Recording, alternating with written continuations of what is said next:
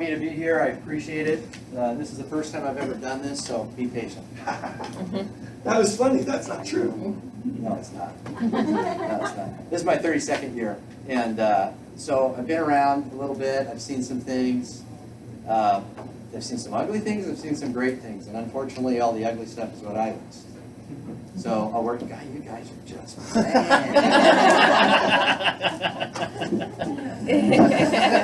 Okay, that's it. This is an interactive class. I hate lecturing. In fact, I hate people that lecture. So this isn't like this is interactive. If you have a question, I'm not a formal guy. Just speak up. Don't raise your hand because I'm probably not going to see it. Just ask your questions. And as we go through, you're going to see some things that might be a little different. I know many of you are very already strong listening people.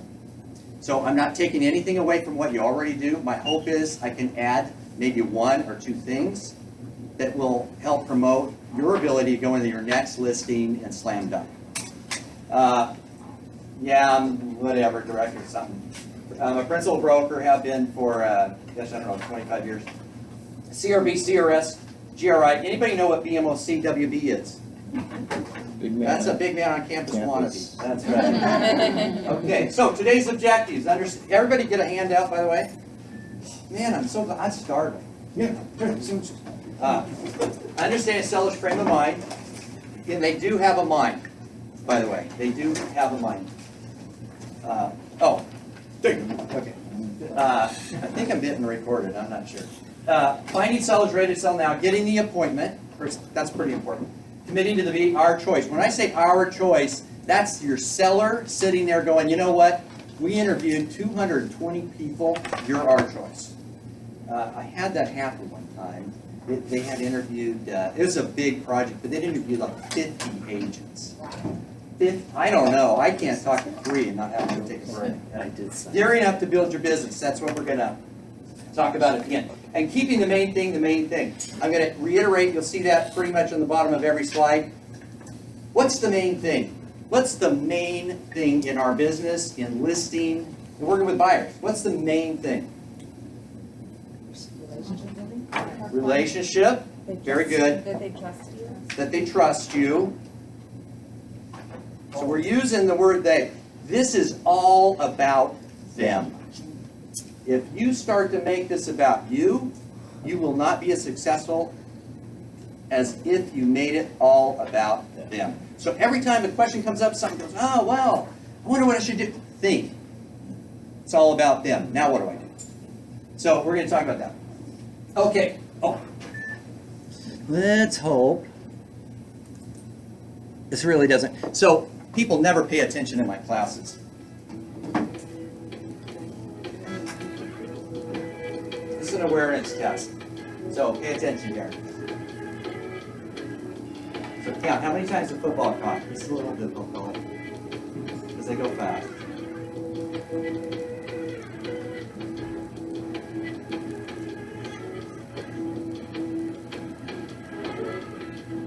We got 10. 11. The answer's 10. Now this one's a little tough. So really try to pay attention here. 1, 2, 3.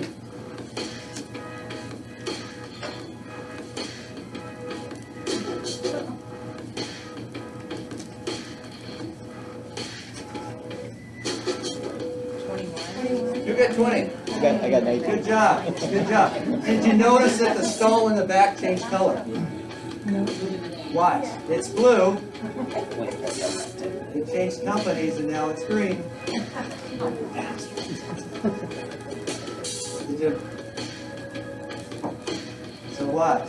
Kids playing basketball on a great net. Oops. Holy crap. Where'd it go?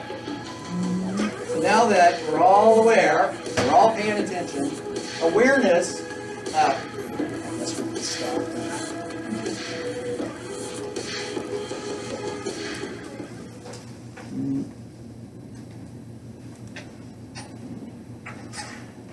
Being aware is very important. Being aware of all of our surroundings is very important, isn't it? being aware of the person you're standing in front of that you're trying to say, would you pay me thousands of dollars for what I'm about to do for you? We have to be really aware. Because you know what?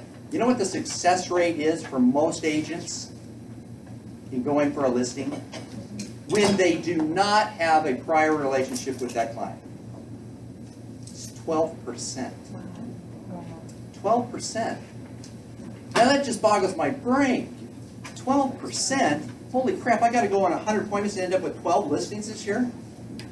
That's kind of tough. How many people have ever done 100 CMAs in a year? It's hard. It's hard. It's hard to keep your mind on it. So, understanding a seller's frame of mind. This guy had a frame of mind, and I don't know where it was. That's a tough listing. How do you value that? I have no idea. And this guy, you know, of course, he wanted full price, sell tomorrow. Hot water heater blows up. They're not there. And it pushes hot water and steam out this thing for 2 weeks. Really amazing to me that, never ask me, that anybody could have let it go that far, but it did. So you're going to end up with stuff like this. Being aware. Being aware. I'm going to tell you, I train a lot of new people. They don't want to offend the seller. So they walk through and go, where's your kitchen? All right, let's go take a look at the kitchen. Quick. That, you know, be aware. And again, it's all about them. Does somebody need to know about this? Yes. The seller. The seller. The seller. Okay, so what the seller wants. What does the seller want? It's the seller wants and what you want, exactly the same things. What are those? Highest price. Highest price, sold, Quick sell. quick, Least complications. least complications, Low stress. no stress. You guys haven't said it You get yet. a deal. Get a deal for Most commission. money. Oh. Yeah. Most money. What? That's why you go out and get those 7.5% listings. Most money. Right? Now, you guys are looking at me like, well, we get paid to do this? What the? Sellers want what? They want it all done, but what do they want? Get the money. They want the money. What do we want? The money. The money. Why do we want the money? Gotta pay bills. Because this is a hell of an expensive hobby. Okay? Don't let it become one. They are exactly the two same things. So if you ever got question in your brain, boy, why am I here and what am I supposed to be accomplishing? What would be the two things? Gotta give them the most money. Get them the most money and get Us the most me the most money. Now, I got to put them first, because if they're not first, I'll never get paid. That's kind of the bottom line of that. Timing is everything. So let's talk about timing in a listing. Is there a good time to list a property? Right now. Like today's market? Right now. Or the last 3 years anyway. How long has it been good up here? Bottom of the market was when? We lost 2012. 10? 11? 12? Spring of 12. Yeah. Fabulous. So, their timing, perfect timing for a seller right now, but is it always perfect timing for the seller?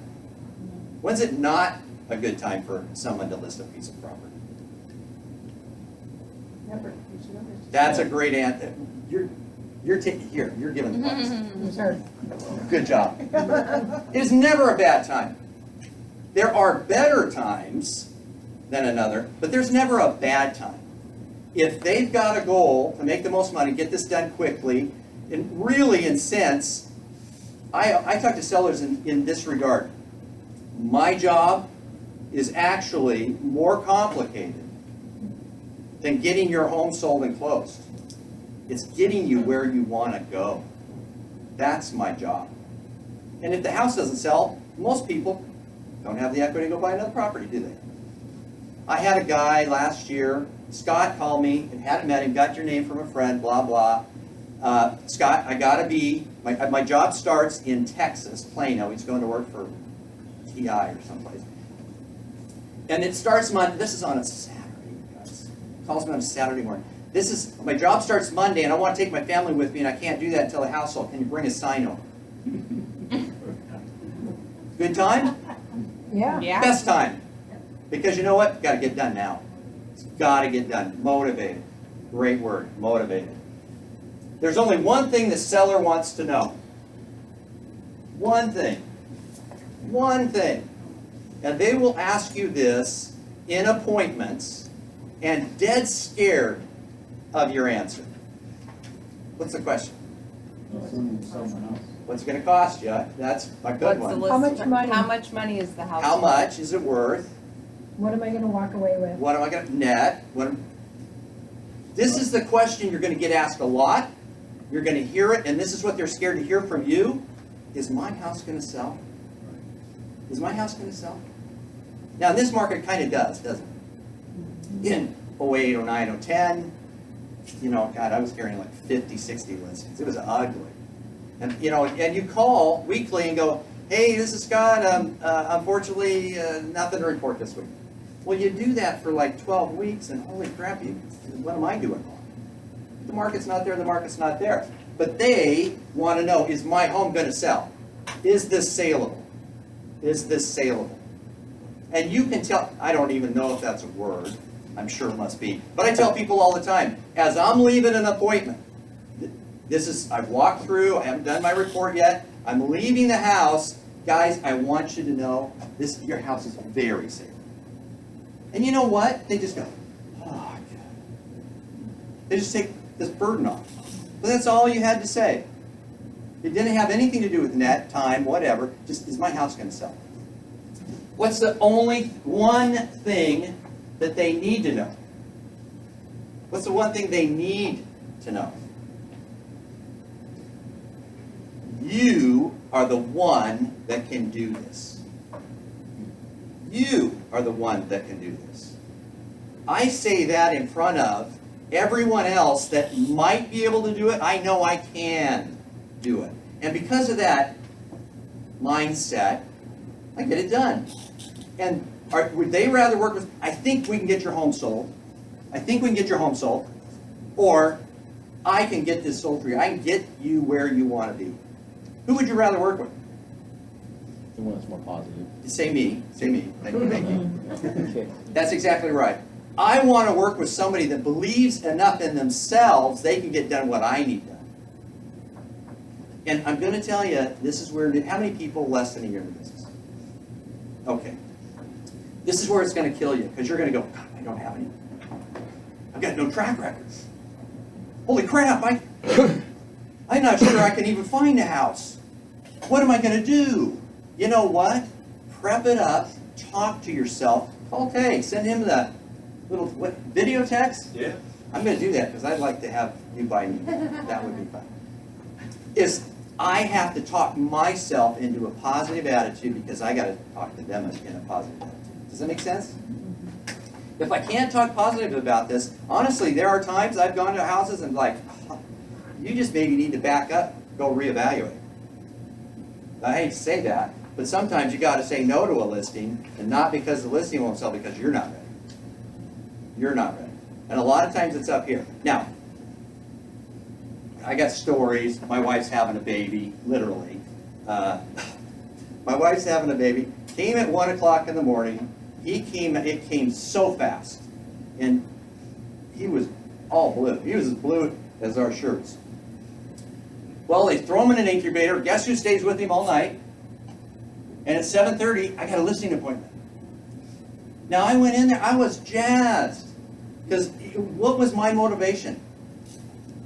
The baby. Holy crap, call it. I got a paper. You know what that's worth? Oh, and I can see now, I'm thinking, he wants to go to Dartmouth or something. Oh, my God. Yes. If you need a reason to be in front and be positive, find that thing that's going to turn you on. Because when you walk in there, wow, this is great. I'm excited. I'm your guy. I can get this done for you. Remember, it's all about them. If you start thinking about the you, guess who's sensitive about that? They are. They are. They're very sensitive about it.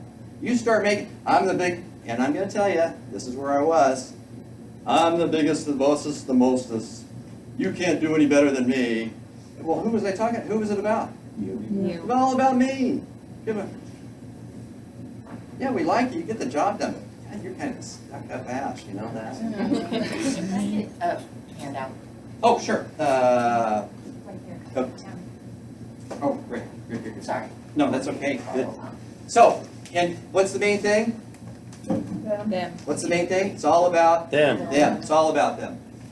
Okay, finding sellers ready to sell now. I want you to understand that this is a well-kept secret. Now, I work with people in Oregon. They don't know about it. I work with people in Washington. They don't know about it. You go to Idaho, they do. I don't know why, but they do. Idaho's maybe a little backwards. I don't know. This is where you can go today and find a seller ready to sell. Anybody know where it is? It's one place. Craigslist. Well, maybe, yeah. But I mean, I want to walk in and walk out with the seller. Sale by owner. For sale by owner.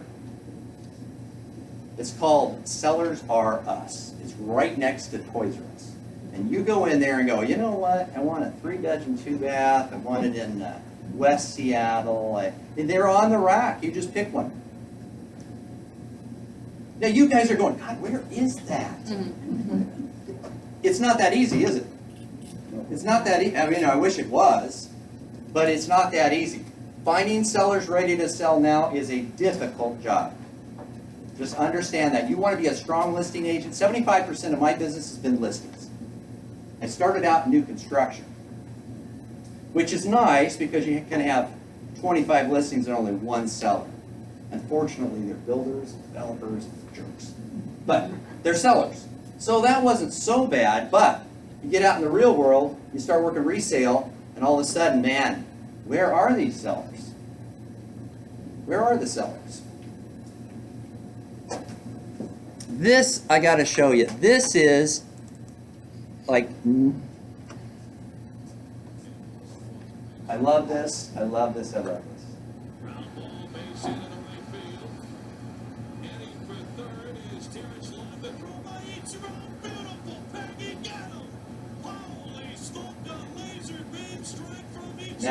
Now watch this.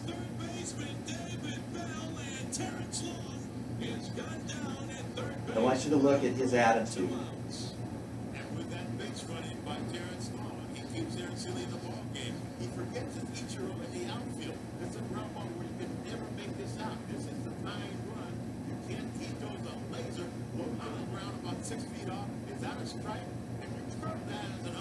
I'm just showing it this sec.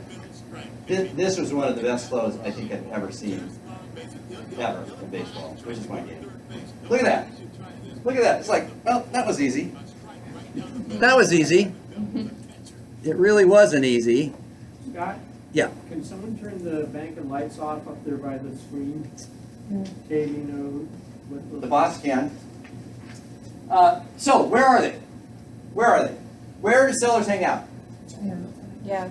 Tell me, where do sellers hang out? Everywhere. Everywhere. Yeah. Who said everywhere? Great. You get lunch. Everywhere. Sellers are everywhere. People, I think sometimes they don't think big enough. I can drive down any residential street in any city in the country, and as I drive by houses, what sits in them? People. People. Sellers. Sellers. Sellers. Sellers.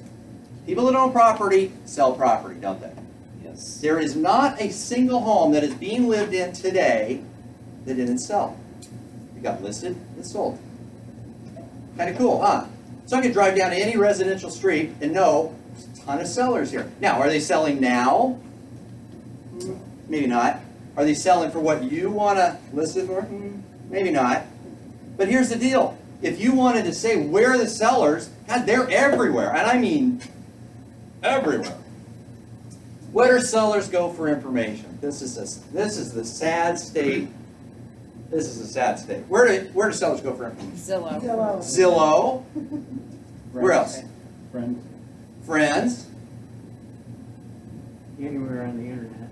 Yeah. Conspiracy theorists. How about family? Neighbors? How about real estate brokers? Do people come to us for information about the market? Yep. 100%. Yes. 100%. Here's our challenge.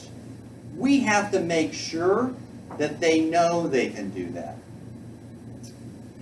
We have to make sure they know they can do that. To the point being, I tell people all the time, if you want to go to Zillow or Redfin or whoever and look and figure out the value of your property, that's all good and fine. But when it comes to it, unfortunately, you'll never meet that computer to sign the contract.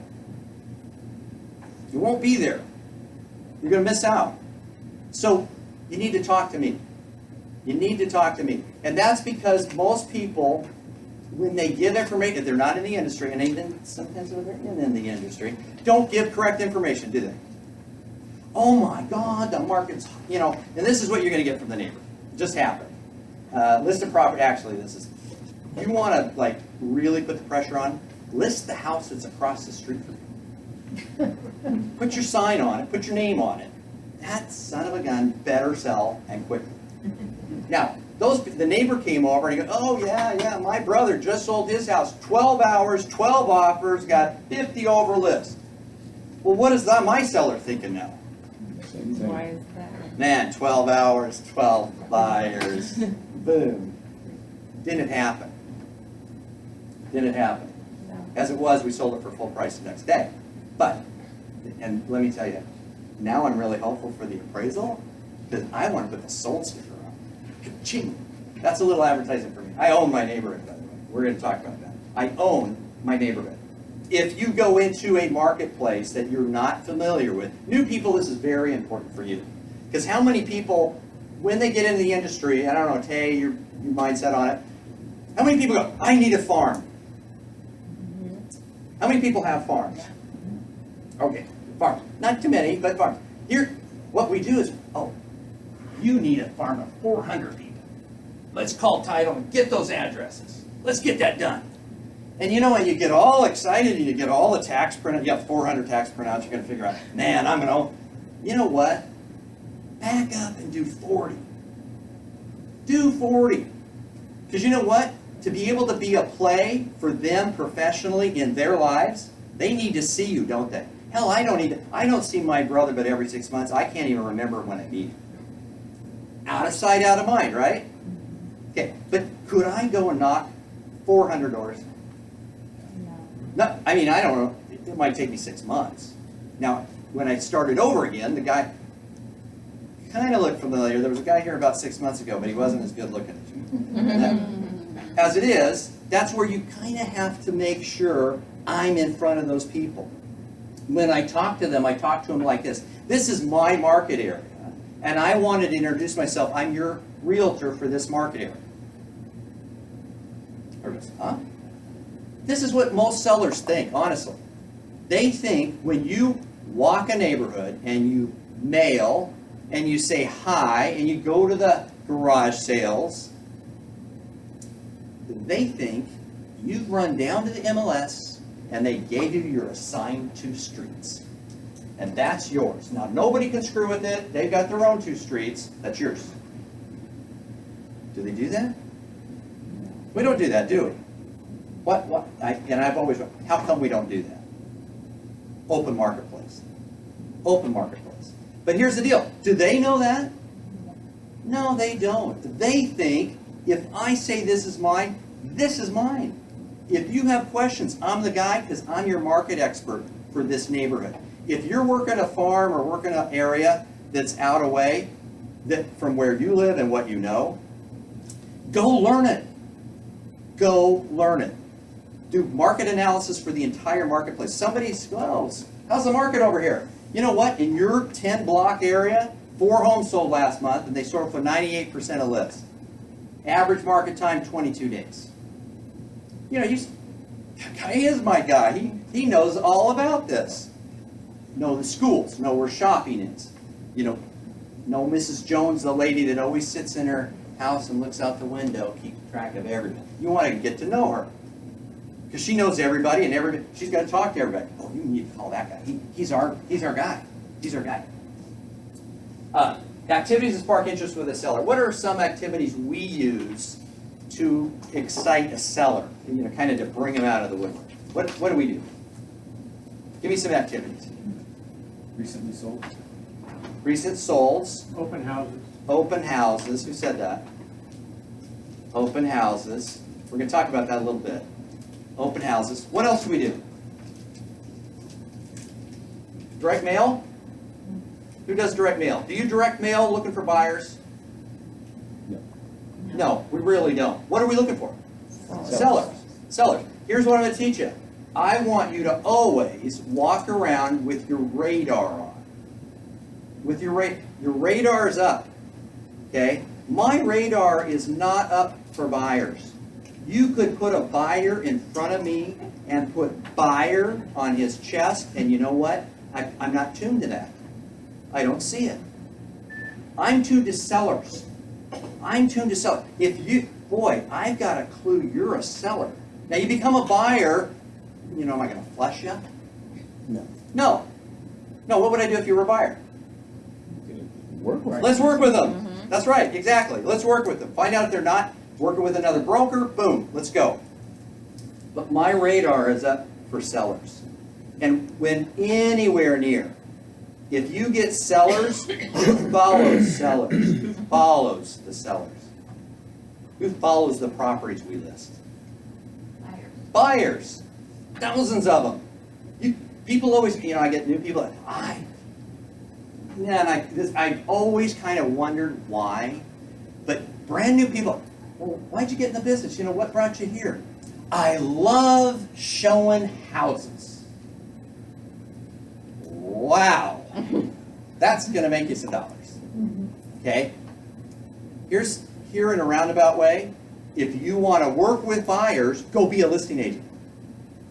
Because buyers come out of the woodwork when you've got the property or the product that they want.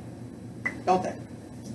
Are buyers going to look, are they knocking on the 24 doors you're knocking on? Trying to find us? No. They're looking at the MLS, they're looking at Redfin or Zillow or whatever. Activities that spark interest with sellers are things that will illustrate to them you can get the job done. You don't want to do this because, gosh, the entire marketplace can get your home sold. No, I can get your home sold. I can get your home sold. And in this case, that's what they want to buy into, is they're looking for somebody that can help them get where they want to be. So that's all you really got to do is think about sellers. So what are seller questions? Let's say you're in an open house. What are seller questions? What are seller questions? Repairs. Repairs. Sellers in the neighborhood. Let's just say sellers in the neighborhood. How's the market? How's the market? Now, what's the top 3 words you'll hear in your entire career? How's the market? Most people don't even care. It's like, how's the weather? How's the market? You know what? The market is great. Why do you ask, are you thinking about doing something? This is what we teach. Well, are you thinking about buying or selling a piece of property? Sure. Okay, that's great. Or, I don't know which. I don't know which yet. Try to make it hard. But this is what, normally they're going to go, well, no. This is what I say next. Do you know anybody that's looking to buy or sell a piece of property? What that tells me, if you came to me, is, gee, Scott, you didn't really care whether I was buying or selling. It's like you got an order for me. You just got to put something down. Because I got to go back and see Tay this afternoon. He's going to kick my butt if I don't walk in with a deal. Okay? So, I got, and then, you're not? Okay, I don't really care about you. Who? You know anybody? Because Tay's going to kick my butt. Okay? Honestly, I depersonalize the entire event. Who's it about? Them. Me. You. It's all about me right there, huh? I've got a house payment due next month. And if you do not buy or list something with me, I'm screwed. Because I'm 8 months behind. It's been that bad in real estate. Okay? Got that notice of default. Okay, activities that spark interest. I'm going to tell you the number one is open houses. Opens. Because people in neighborhoods, we're going to talk about that a little bit later, they congregate toward that stuff. Trick, and I've done this now for about, 15 years. I do not bring last time the market was crazy like this, about 15 years ago. I would bring property on Monday. We'll get the paperwork done over the weekend, blah, blah, blah. Monday I go active. I've got people I'm showing the house to on Saturday.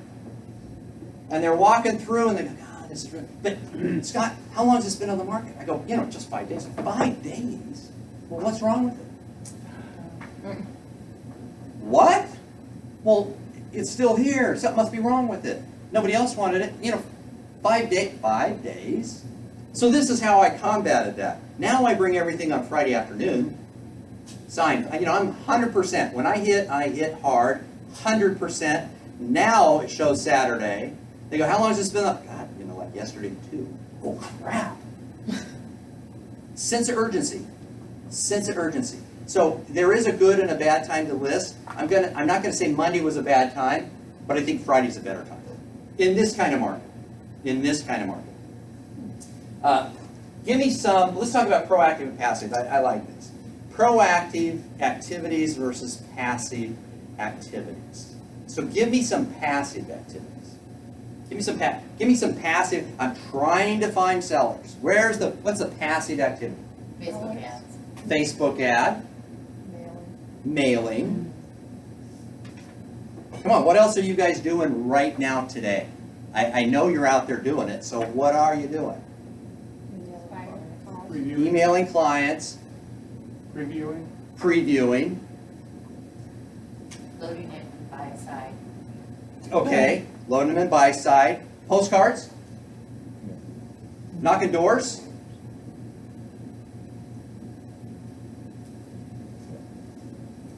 What are proactive activities? Give me an example of a proactive activity. Calling your Calling. sphere. Calling your sphere. Calling expired. Calling expires, for sale by owners. Picking up the phone. And I'm going to tell you this right now. I was an engineer for US West. They paid for part of my school, which was great. During that time, I had to work in the business office. I was in customer service. They put you in training for 3 months. Of course, a phone company does this. Teach you how to be on the phone, how to talk on the phone, how to handle business on the phone. So, I think really, literally, put me so far ahead, because how much business do we transact on the phone now? 90% of it. Hell, we don't even go over and get signatures anymore. In Seattle, I don't think you could because of the traffic. But here, proactive activity is this. Anything that demands a response. Anything that demands a response. Everything else is passive. Now tell me something that demands a response.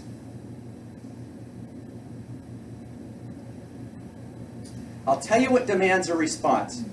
Hi, I'm Scott Stevenson, and I'm here today. What was your name? Holly. Holly, that's easy. That was my first wife's name. You kind of That look was like the her, third and I already hate you. No. What happened when I said, hi, I'm Scott Stevenson? Yes, respond. Yeah. She responded. Now, let me tell you this. This would make it a non-proactive activity if she didn't say anything. It'd be really hard. But how uncomfortable is that? Now that's back when I was dating. Hi, I'm Scott. Oh, you're not saying anything. Okay. Hi, I'm Scott. No. That would be so uncomfortable, literally. That doesn't never happen. But it would be so uncomfortable, wouldn't it? That face-to-face is the only. Now, I can call somebody. What happens when I get their voicemail like 98% of the time? Passive or proactive? Passive. Doesn't demand any response. No, I called co-ops. I got an offer for you. No callback. No, I've had people send me offers, call them, hey, looks like we're gonna put, no call back.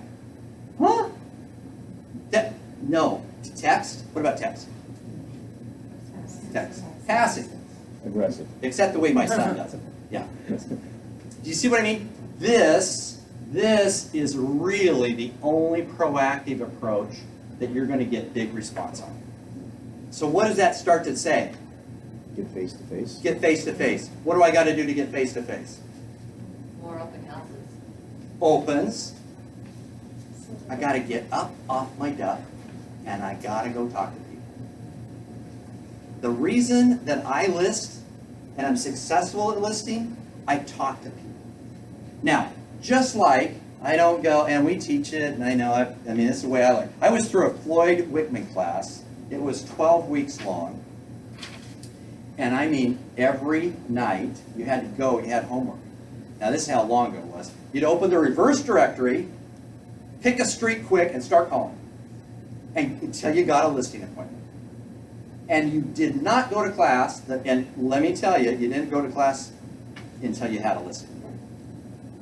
I mean, God, it's 10:30. I can't call anybody. Oh, shit, I can't go in that class and not have a listing. Okay. Hey, it happened. I had to get up off my duff, though, and go see those people. But really, sitting in my chair, was that a proactive activity? No. We don't really teach proactive activity. You're going to, I got a commercial somewhere in here for the class that's on the 22nd. Is that right? So, I want you to remember this. If you say and make the commitment right now, I'm going to be a strong listing agent, who do you need to look for? Sellers. Sellers. And what do I have to do in order to attract and get involved with sellers? Get off your butt and go do it. Get off your butt and go have proactive conversations. That's right, proactive conversations. Let's talk about getting the appointment. Now, how many people kind of know that's very important? Tay looks at me and goes, that's not important. I just sent them a listing agreement, I've never met them, but they're going to sign it, send it back. I like your way, Tay. I really do. That's a good way. Getting the appointment is pretty much everything, isn't it? I can have and I have conversations with people of blah, blah, blah, blah, blah, blah, blah, blah, and they keep sucking, and we're doing, man, by the time, we got 15, 20 minutes into this, I'm in an open. And I mean, there's the rapport, we're all set, we're ready to go. Yeah, my brother's going to come list it for 2%. Well, good luck with that. I don't want to do that. But I got to have that rapport. I got it somewhere set up. Because if I don't get into his house, am I going to get this listed? No. No, not at all. If I don't get into the house, can I illustrate to him what I do? It's pretty difficult. Going to have intelligent conversations about the marketplace, values, market times, what we do to get properties sold. Could I do any of that? Really difficult. Really difficult. The number one place you will ever close on a listing is where? In the house. In the house. In the house. Why is that? Why is that? They It's feel about most them. comfortable It's there. about them. Yeah, yeah. Thank you. It's all about them. You put them in a comfortable place. A lot of people go, bring them in the office, they get a little uncomfortable. Why would I want my seller to be uncomfortable with me presenting a business plan? I don't want that. And if I go to their house, let me say, who's that respecting? Especially if they have 2 little kids. Them. Them.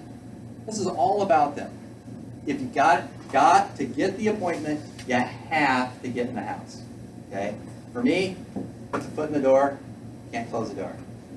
I have a friend that's a Kirby salesman. He's one of the best in the nation. Funny enough. And I said, how do you? He goes, you just put your foot in the door. I go, you're serious? He goes, oh, that's serious. That's how Kirby teaches. So with 2% and the brother's gonna do it for 2%, how did you deal with that? Or was that just fictitious? Because it sounds pretty reasonable that my family members are realtor. Yes. And you said 2% or nothing, you know? That's exactly right. In fact,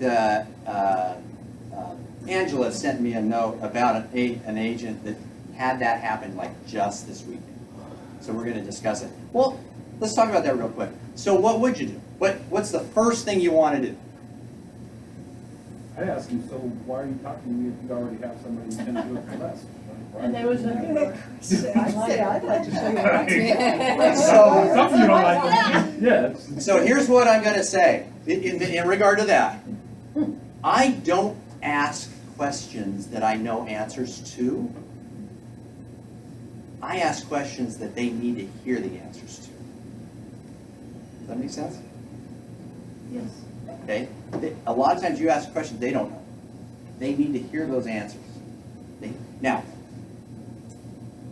why am I talking to you then? This is what I would say. I'm not going to ask a question. I'm going to say, I know why you guys have me here is because of my acumen to the business, the market. I mean, I've been doing this a long time. I'm very good at it. So I understand why I'm here. And beyond that, if you've got it taken care of, that's great. But I will tell you, this business is a lot more than putting a sign in the ground, isn't it? Isn't it? What about repairs? What about liability? What about the contract and making sure everything's correct? Because you know what? Many things get close and they're not, unfortunately. And somebody gets pissed. And if it's your client, you'll never work with them, unfortunately. You've got me here. Now, I want to ask you a question. Is he the right guy?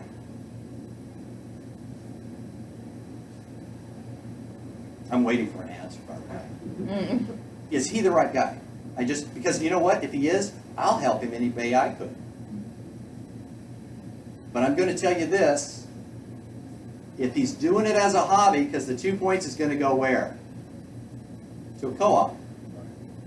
2 points going to the co-op. Otherwise, it will never sell. So he's getting paid diddly. Now, why? Because he loves you? Maybe. Why did he get in the business? Not to do this. Not to do this. Somewhere, he's got to pay his bills. So if he's not doing it on you, I do this for a living. I'm very good at it. And yeah, I charge full fees. But you know what? You get 1.5 times service. Usually get full service. You get 1.5 times service. And I talk to people in that regard, because here's what they're going to say. Well, he probably isn't. What? How are we going to get, what happens at Thanksgiving dinner? Holy crap, that's going to be uncomfortable. He's going to be sitting across from, you didn't list with me, you didn't list. If I could not make the money in the differential between he and my fee, I need to get out of the business. I can do that for you. That's how good I am. So if you wanted to say you get the best, you don't pay any extra money. Does that help? Does that help? You got to believe that, by the way. You got to believe that. Can I ask you a question? Yes. What about offering in a family member situation to reward brother with a referral? Oh, I always send them a referral fee. Yeah. Sure. Now, do I send them 25%? No. No. They get 15 to 20, maybe. Okay. It's a courtesy. And that solves the Thanksgiving dinner problem. That's exactly right. And actually, he made more money in that referral than he would have in the listing. Right. Oh, yeah, he was definitely happy. He got free money. But yeah, I always send him, what's his name? Let's put something in here for him. And they're okay with it. Now, I got this one time. Oh, no, we don't really want, no, he's okay. That one will be uncomfortable. Okay, so I like this. This is I can't remember his name, but he's an MMA world champ. He says, if you want to fight me, you better pack a lunch, man. Because we're going to go until somebody wins and somebody loses. You ever seen two companies list the same piece of property? It has happened, and I've done it. But not very frequently, does it? Somebody wins and somebody loses.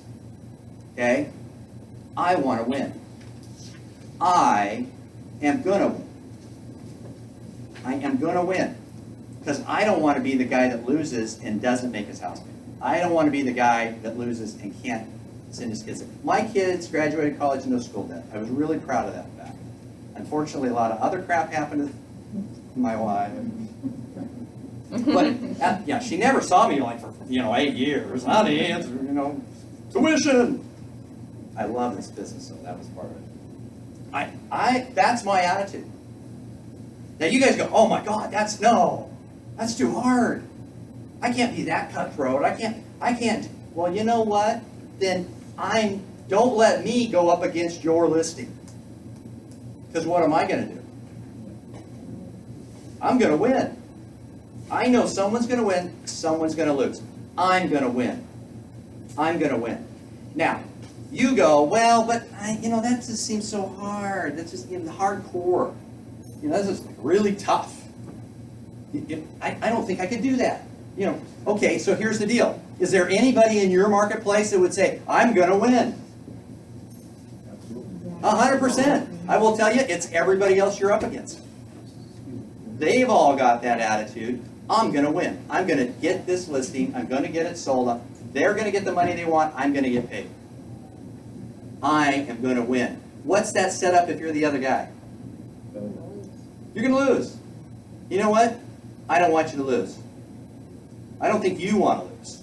So go in and say, you know what? Let's go at it. I'll go head to head with any other agent in the marketplace based on what they can do, based on what I can do. And I'm going to tell you, I have had, everybody gets beat. I got beat by a guy that had like 4 months experience. I think it was his first listing. And I got beat.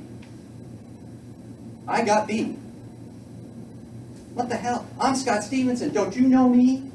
I'm the best espostas. You know who it was? It was my brother. Thanksgiving will be awkward, Chris. It was my brother. How did that happen, Scott? I'll tell you how it happened. I've done 10 deals, maybe more for my brother. We do some stuff, and Chris goes, would you come over and take a look at this property? I want to sell this rental. I want to flip it into another. I go, great. I go over. I take a walk through. Write the number on the back of a business card. I go, here you go. That's the number. That's what we can do. He goes, okay. I'll get back to you in a couple of days. Let me get the thing straight. He calls me up. He goes, Scott, God, I'm using Jack Jones. What? He goes, Scott, this guy put a presentation together that made you look like an idiot. Now, who wanted to win? Jack Jones wanted to win. Did Jack Jones go prepped for bear? He went prepped for bear. He knew what he wanted, how he was going to get it. He went with the right attitude. And he got the listing. And he got paid. You know what I had to do? I had to ask forgiveness for my brother. Oh my God. Because who would have cared about my brother more? Jack Jones or me? You. Me. I love the guy. It's my brother. I love him. I go to the bat for him. I go to the mat for him with that guy. I would do it. Here's the deal. Now, they got the house done, got it closed. I helped him get into this other property, blah, blah, blah. But man, what a lesson I learned. Do not take anything for granted. And I mean, don't whoa in and go, Mom, you're not my mom. Mom, I gotta, Mom, we're going to be able to do this, so you just trust me, I'll take care of everything.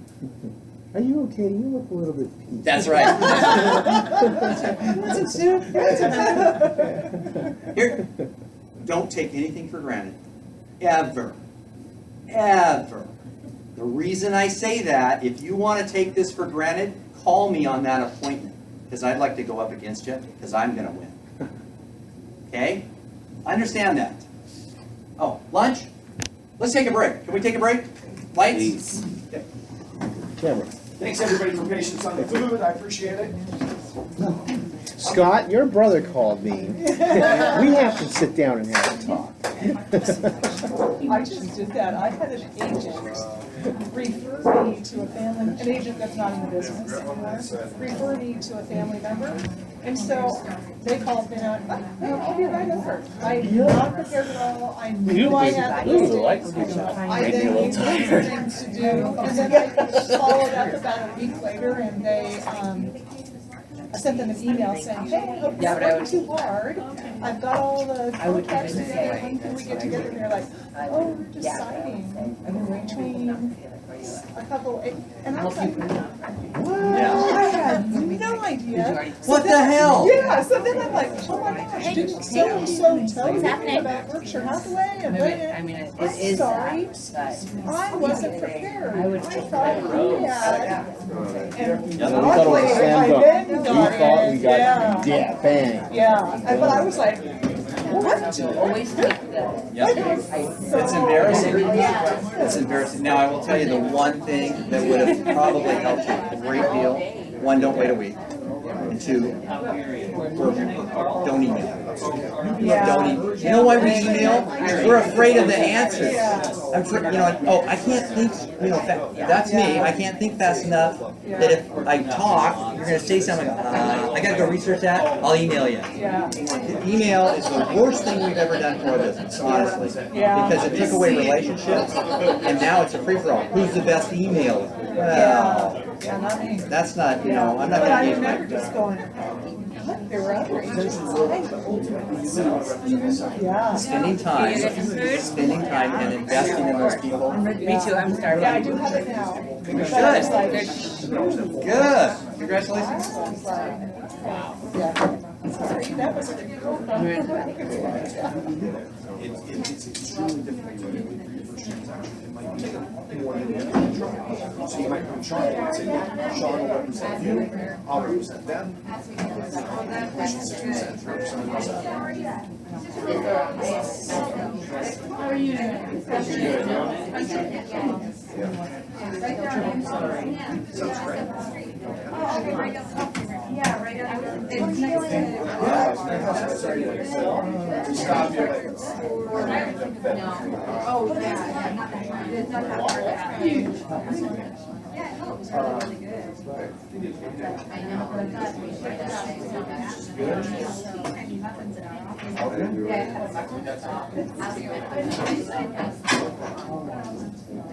I might change my. That's what I would do before. Actually. Yeah, but they're combining the I think they're going to do it again. So, okay, so.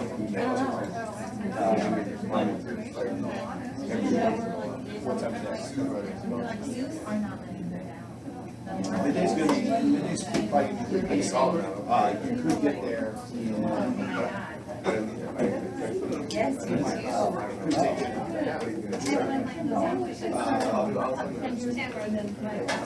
Sorry.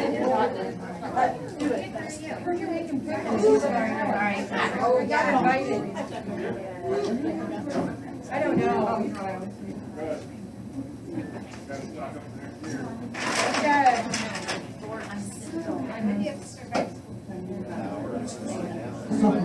I think we start. I guess I should have jumped up. The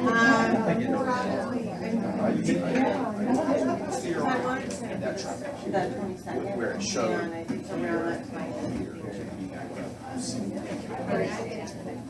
But generally that's.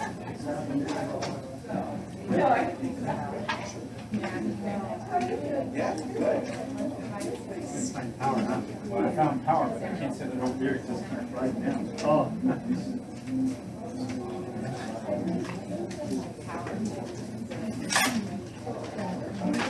I'll just wait. I'll be there. Maybe. Let's touch base tomorrow.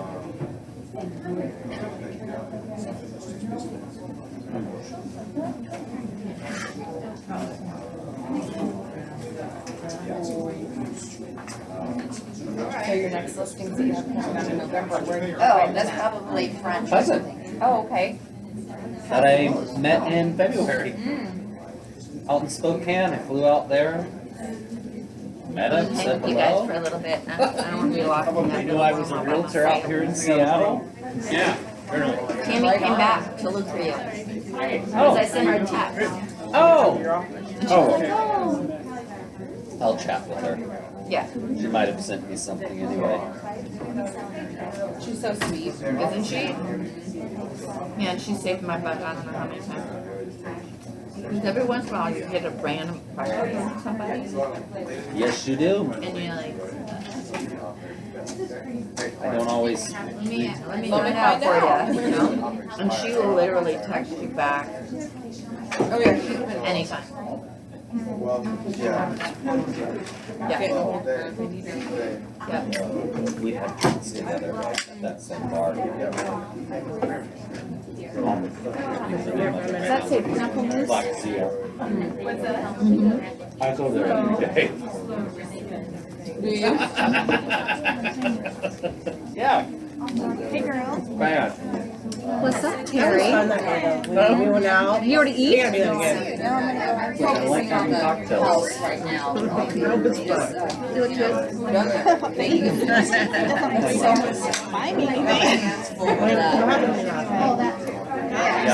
And then I go back, and then I go back. No, I'm not gonna go back. I was gonna last week and then. Yeah, and like Alfonso beans. Yep. In Arizona? Palm Desert. I'm gonna eat it. She just moved down there, didn't she? No, she's been down there a couple of years. Oh, really? Yep. So very proud of her. That guy from that kid. Good kid. She's Great. She's like a man or something. no, that was the step kid. She runs tile store. She what? Tile and granite I'm store. looking for open house people for the weekend. And then you're gonna No, I haven't. I need to. I've been a little busy. I know. I need to just go do it. Yep. So. You know, they want to last. But yeah, we've got 14 and one on 181st. During the were driving, there was nothing, but then he texted me, oh, by the way, we had an offer yesterday. I might actually move off to my office on the condo. Well, and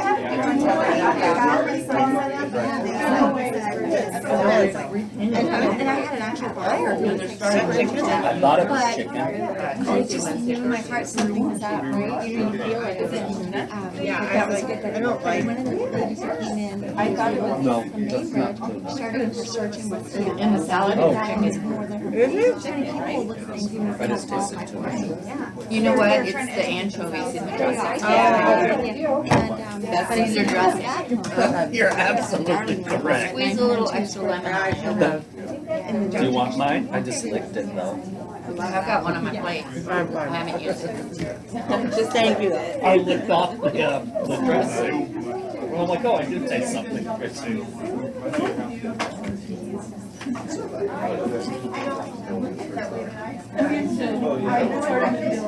Yeah, so it should be whatever day you want. I don't see this one. But I'm going camping to watch the Perseid meteor shower. Where are you gonna go? Up by Quiella, my friend inherited a cabin, Oh, I love. and That was like one of my I mean, it's like I love. it's like a cabin. Like I mean, it's not. Well, that's what I said. I was like, absolutely. I was like, we'll bring breakfast, lunch, dinner. And up there, they stock the lakes. If you want your little boy to fish. Have our fishing gear. Yeah, and for children, they don't have to have a fishing line. No, I did know that. So even if he's not actively fishing, he's there in the water.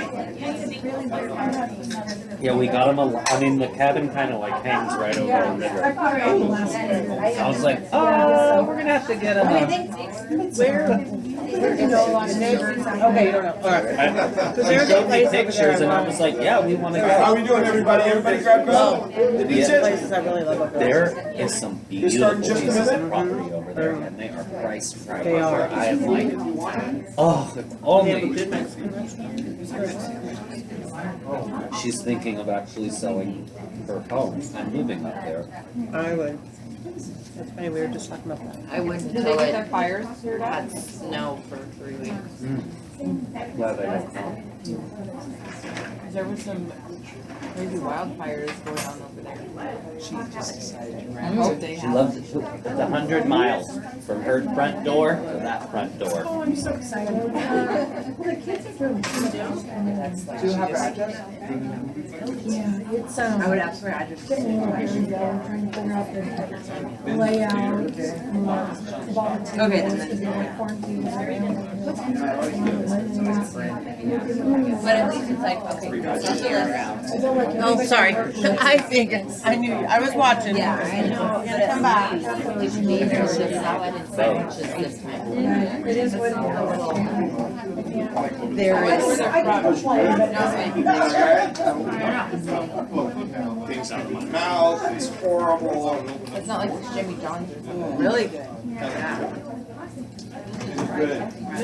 Find mozzarella crazy over there. Oh, really? Okay, quick question for everybody, are the lights better for the entire time off, or just when he's playing a video? Off. All the time off? All right, everybody in the back good? I'm not gonna false. Because we can't really see that very well. It's hard to Kind of see with blurry. the glare? Yeah. Good. Okay, let's go ahead and get started again. Scott, go ahead and take it away. I will. When the lights are off, but. Hey, Okay. you know, real quick while you guys are eating, Trust me. let me give you a little background on me, if that's okay. I got licensed in '87. Like I said, I was an electrical engineer for US West. Bell Tower was my home. The bell's gone, but the tower's still there.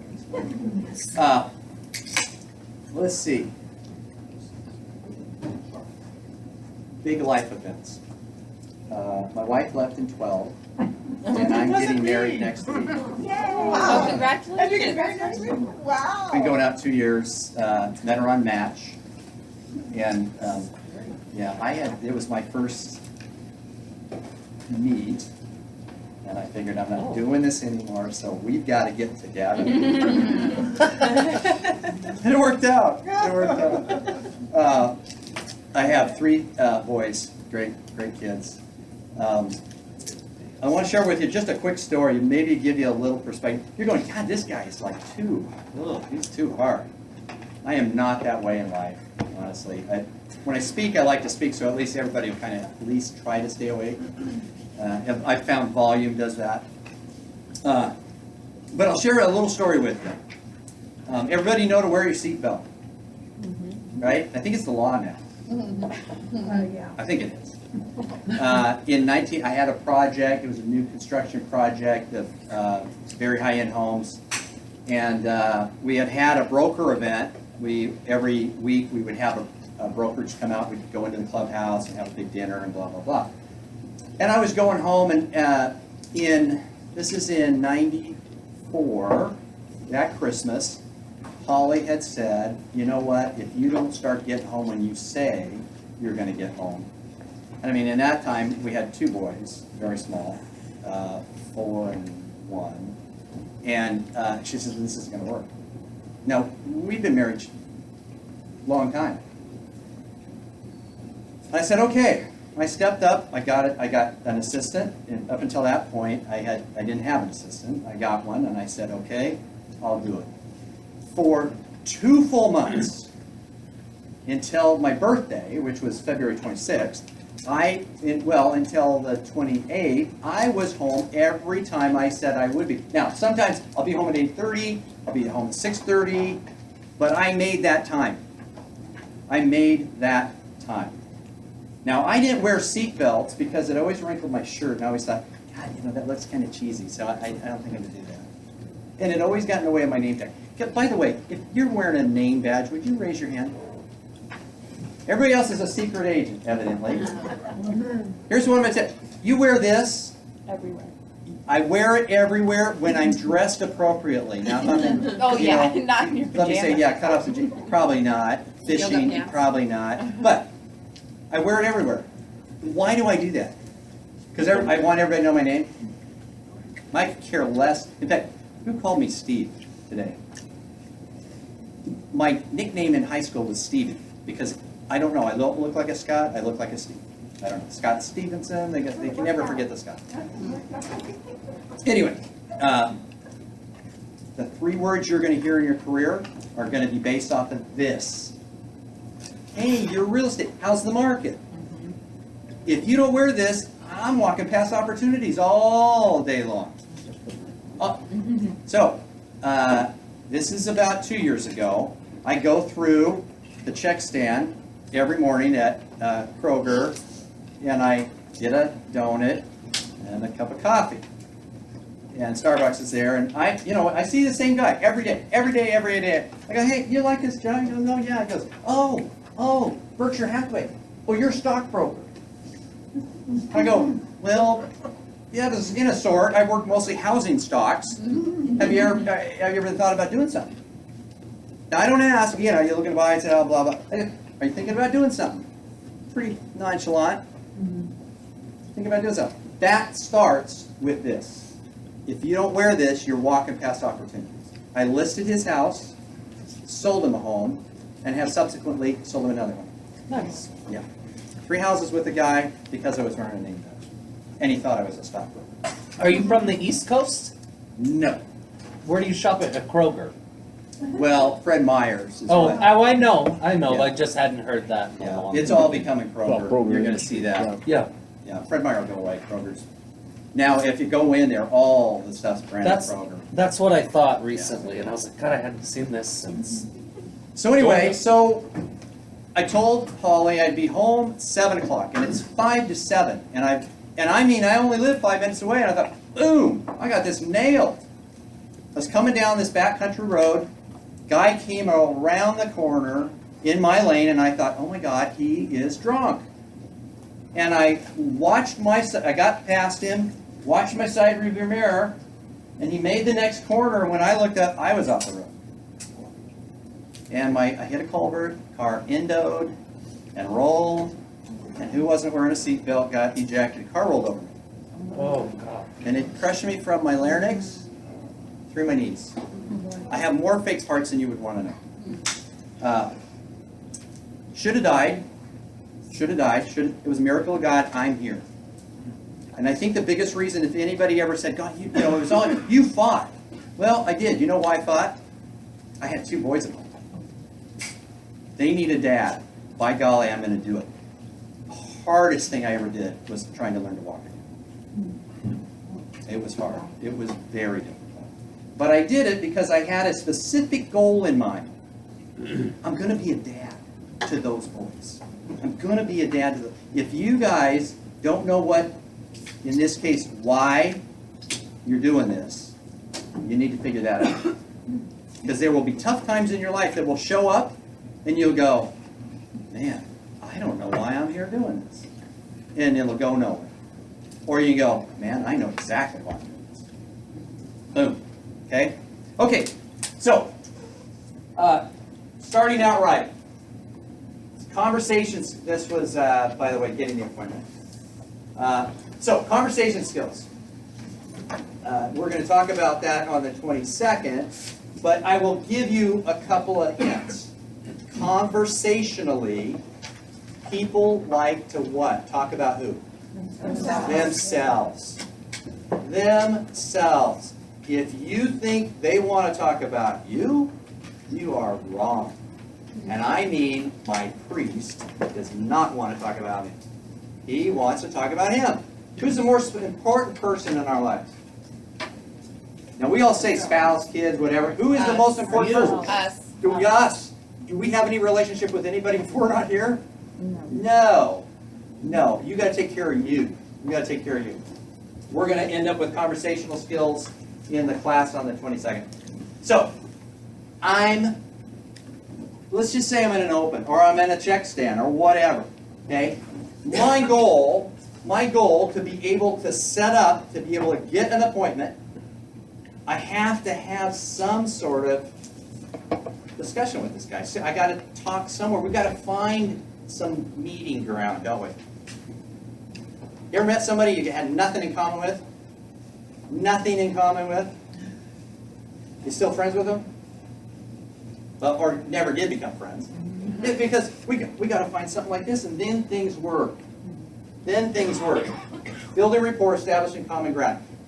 How is it I can get an appointment and end up ultimately listing their home? It starts with a T, and I've got to have it.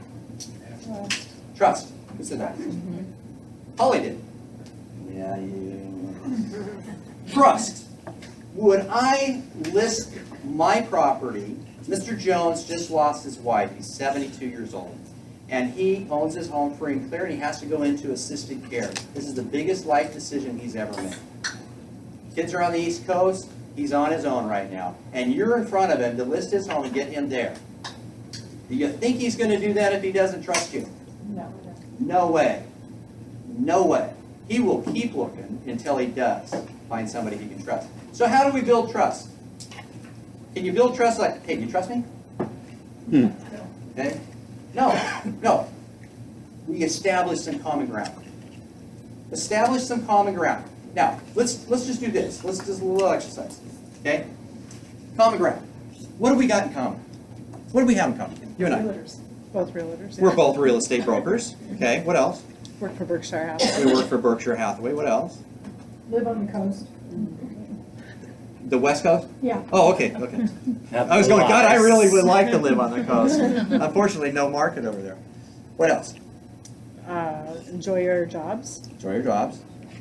So here I'm going to give you some real practical ones. We are in the same room. We are breathing the same air. We're both human. We both have feelings. We both have people in our lives we care about. Those are the things that you need to tap into. Kids. Because you know what? If our color of our hair, well, Yeah, really. no. True. No. Color of our hair is the same. Is that going to get me anywhere? And if I started a conversation just to find common ground, who should I be talking about?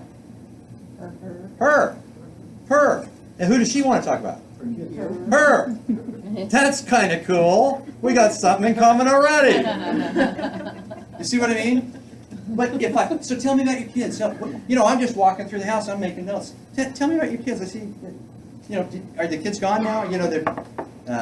What was it? It was a house, and I walked purple shag they used to rake. Remember the stuff? It was about the 60s. And there was one room that was green, one room that was purple, and one room that was pink. And I go, you had 2 girls and 1 boy. Oh, yeah. Yeah, which one was the boy? Oh, that's the green one. But it was so funny because we talked about kids, went, boom. I got 3 boys. Now we're talking about real estate? Why am I trying to talk? Two reasons. The second one is real estate. What's the first one? Trust. But that's real estate. This person could be the very best person I've ever met in my entire life for needs that I may have right now. She's a grief counselor, and I just lost my mom. Really? You do that? God, I've been through that. How do you deal with it? You see what I mean? We can have a conversation that doesn't have anything to do with real estate. But we're building common, and that rapport, I like that guy. Now, I can like somebody, not trust him. My brother is his best man. I mean, friends, I think, for like maybe since grade school. And my brother's 57 years old. Long time. But his best man, his friend, is the biggest slime ball I've ever met. I would not trust him to carry me across the street. He's a big guy. And I'm only 150. He could probably do it. And I wouldn't trust him to do that. I said, Chris, with Troy, how do you... He goes, Scott, stop you right there. I got 3 rules with Troy. 3 rules. I go, what are they? He goes, first, don't believe anything he says. Okay. Second, never lend him money. And I said, well, what's the third? He goes, very important. Never leave him alone in a room with a woman you love. Oh, wow. He goes, yeah. Now, as long as I keep those 3 rules, he said, I'm okay. We're great friends.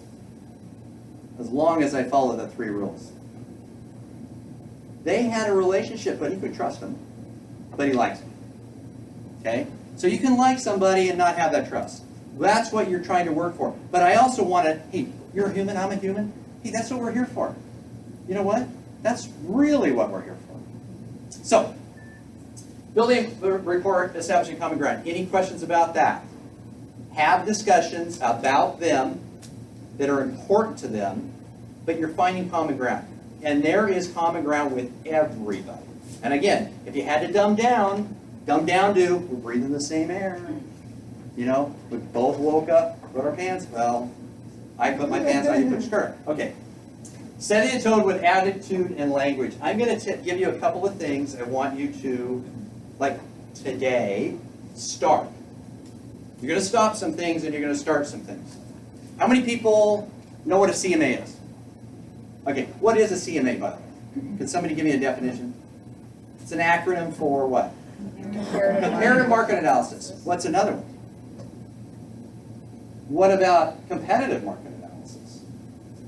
What about correct market analysis? What about Carroll's market analysis? I don't know what CMA, but here's what I do know. People will call you up and they will ask for a CMA, don't even know what it is. I just know I'm supposed to get one. Well, I can help you do that. But now, lingo, we're in the industry, we're in the office, CMA. But when I talk to people in the marketplace, I don't do CMAs. I do not do CMAs. And I tell people that, well, I think we need a CMA. You know what? I don't do CMAs, but what I'd like to prepare for you is a full report of value. So do never, ever again use CMA. Report of value. And I'm going to tell you why. Who else is saying CMA? Everybody. Everybody. And they'll come and go CMA. And if you ask them, what does it mean? I don't know. I just learned this is what you need. And because it says CMA, that's what I do. It's a report of value. Differentiate yourself. You're going to look better. Okay? Differentiate yourself makes you look better. Here's a little ditty. I'm sorry. If that's what they're expecting, do they feel like they're missing out then? So here, no. So I don't do CMAs, they're a dime a dozen. I do reports, I like to do a full report of value for you. There's no charge for you. I do that for my clients, be glad to do that for you guys. Now, what do you get coupons in the mail for? I mean, I get them. Free CMA, free CMA, free. How valuable is a free CMA? It's like the little ball that goes on your antenna when you go get gasoline. Everybody gets one. So when they say, what's the difference between that and CMA? What do they say? You know what? Mine's pretty comprehensive. And I don't take the value of your home or what needs to be done in order to get it for granted. And that's why I do reports of value. They're a little more complex, and they're a little more inclusive of the things you need to know. CMAs, dime a dozen. Now, what would you rather have right now? Who wants a CMA? Who wants a complete report of value? That's right. And it's not free. Nothing anymore is free. I don't give free anything. Okay? There's no charge. Does that kind of make sense? Language is so powerful. And if you'll differentiate yourself, and you can start with language, you can start with building those relationships, and you can start with language, you stand out. In the early 60s, Harvard did a study. They were, in fact, if I remember correctly, they got approached from Xerox. Xerox. And Xerox said, you know, we're kind of the big dog in this marketplace. It was copiers at that time. What do we still call those machines?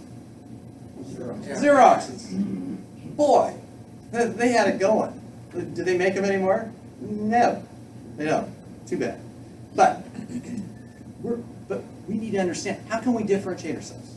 And so Harvard, well, we can do this big study. Let's do a big study. And they got down and they said, well, okay, this is different. You know what? Let's just get real basic. Let's just back up. So they had 5-year-olds come into a room, set them down at a table, and they put 10 ice cream cones in front of them. 9 vanilla, 1 chocolate. Which one do you think they picked? Everyone, 100% picked chocolate. And they went, because it's different, they see it as better, and that's why they picked the chocolate. And some PhD said, you know what, I got a 3-year-old at home. He just likes chocolate better than vanilla. Oh, shit. We got to do this all over again. So they bring the kids back in. They set them down. 9 chocolate, 1 vanilla. What do you think they picked? 100% of the time. Vanilla. Vanilla. Here's the deal. We see things that are unique as better. Why is gold so much money? Pretty. It's rare, is it?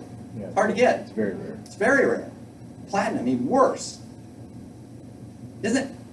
But why? Because there's not, why? I mean, why? Why would we do that? Just because there's not much of it, why? Feel special or? Special. It's unique. Okay? There's nothing like gold. There's nothing like you. So you're unique. So let's push that a little bit. Differentiation sets you up to be able to prove out that you're different and better than everybody else. If you do CMAs, you're just like everybody else. I go in, 12 guys did CMAs, and I go in with a complete report of value at no charge for you. I don't charge my clients. I'd be glad to do that for you. Who's already differentiated? Who's chocolate in a sea of vanilla? You. I am. And here's something. He's doing something different. He must be better. And I'm going to tell you this. You think I'm nuts? 100% of the people believe that. When you're different, you're better. If you prove out that I've got rapport, okay, that you can trust me. That's attitude and language. Number one, most important thing. This is what, where, when. I think that's supposed to be an H, like how. YW? Your why. You need to figure out your why. How many people know right now, could write it out, this is why I'm in this business? Is that it? Holy crap, you guys. I'll tell you what, here's a great exercise. You need to send them and go write that out. If you write it out, you're going to go, you know what, that doesn't make any sense. Well, that's not really why I got it. You know, I've had people, well, I was bored, I had nothing else to do. God, man, take up golf or something, because this is hard. This is hard work, isn't it? It's hard work. You better know why you're doing it, because here's the hard part. Something's going to show up as something big is going to show up, and you're not going to know how to get around it because you're not motivated to get around it. Does that make sense? So if I had nothing in my life at the time I was in a hospital for 4 months, if I had nothing in my life, I'm going to tell you this right now, I don't think I'd have made it. My kids saved my life. Because I had something I had to be there for. You guys are there because that's up to you. I want to make positive changes in the lives of my family and my friends. That's my reason for actually being here today. That's my reason. What's your reason? You've got to figure that out. Why? Why is the most important question, I believe, in our entire lives. Why? Now, second most important thing is the seller's why. Now, we don't put their why first in front of mine. Okay? We put their needs in front. We put their demands in front. We put them a lot in front, and it's all about them. But if I go into that appointment and I don't know what my why is, I'll get lost. You will get lost. And I'm going to tell you, at a time in my career, I was lost. I had no idea why I was doing this. It was about 1993. And at that time, I'd done about 700 of these. Things were great. I had no life. And I couldn't figure out, somebody asked, well, why you did it? I couldn't figure it out. If you don't have a why, you're going to end up with a roadblock. And if you don't have a why, you're going to, well, screw that. Your roadblock's going to be, the seller's going to say, will you take 4%? Will you do this for 4%? Can you sell my house in 3 days? Will you do my repairs for me? If I don't know why I'm there, and honestly, it doesn't have anything to do with real estate. So, I meet somebody, I met a guy, this is a number of years ago, the most vile man I have ever met in my life. Honestly, if anybody ever would have understood who that guy really was, they'd have taken him out and shot him like a dog. I always have believed that guy, there was something definitely wrong, and I did not want to have a part of it. I did not want to have it. Now, if I was just in it for the business, would I work with that guy? The quality of my life was much higher. My needs to be able to go home and not spout that guy's verbiage was everything. I don't need to work with this guy. Because my why, I put it up against my why. If I put it up against my business, what am I doing? I'm working for a complete idiot. I mean, he wanted to shoot cops, and he wanted to, I mean, it was just like, I honestly don't know if I ever could have sold this house. You walked in his front door, which was you know, like an old ship, and you walked in, and it had, honestly, it had the biggest bar I've ever seen in his living room. And there were 3 guys sitting on stools. They were all blasted, and all that guy could talk about was how bad the cops, government, well, you know what? Were you scared to even be there? I would have been like, I need to leave. Let's say this. I called him and said, you know what? I am so busy, I can't take this for you. But I will refer you. Refer him to And, well, I called the John L. Scott guy and said, come over. It's your life, not mine. Seller's why. You better know what that is. Why would I care what the seller's why is? Because it's about them. It's about them. And you need to They- know the reason they're selling. Okay, and here's what's going to happen. We are going to end up in a roadblock. God, we need a roof. Holy crap! You know, we found a swimming pool in a crawl space. You know, we've got big problems. If you don't know their why, you're going to have a hard time negotiating through that. The guy that went to Texas to work, okay, we got his house sold, got the family down there, it was all good and fine. But we had to put a roof on that house. It was ugly, because it was a big house. It was a $32,000 hit out of his equity. He said to me, God, I can't do that. And I said, you know what? What's more important? And I'm just going to be straight with you. The 32 grand or having your family with you in Texas. That was his why. That becomes my why for him, right? When I go to work for them, that becomes my why. But it better be in conjunction with my why, or we're going to have conflict, okay? But it was that simple. Why did you hire me? Here's a couple of ways we can handle this, but we got to handle it, or your family's going to be staying here for a while. Boom, I got to know their why. Demonstrating service before the sale. So, I think I'm going to do this right now. I think I'm going to pass these down. So this is a little ditty. Sure. So this is a little ditty that I put together. And this has been, well, actually, I did this when I first came to Berkshire. At that time, it was Prudential. I had to change the logo. I'm not sure I did that. So, let's talk about service before the sale. I want to walk you through real quickly, because I want to make sure we're cognizant of your time. I want to walk you through my typical appointment, my process, okay? Because it really is service before the sale. And I say before the sale, no one signed squat. And I have worked with people that said, I'm not doing anything until you sign squat.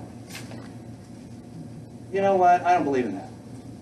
I believe you get what you give. It's love, it's service, whatever it is, friendship.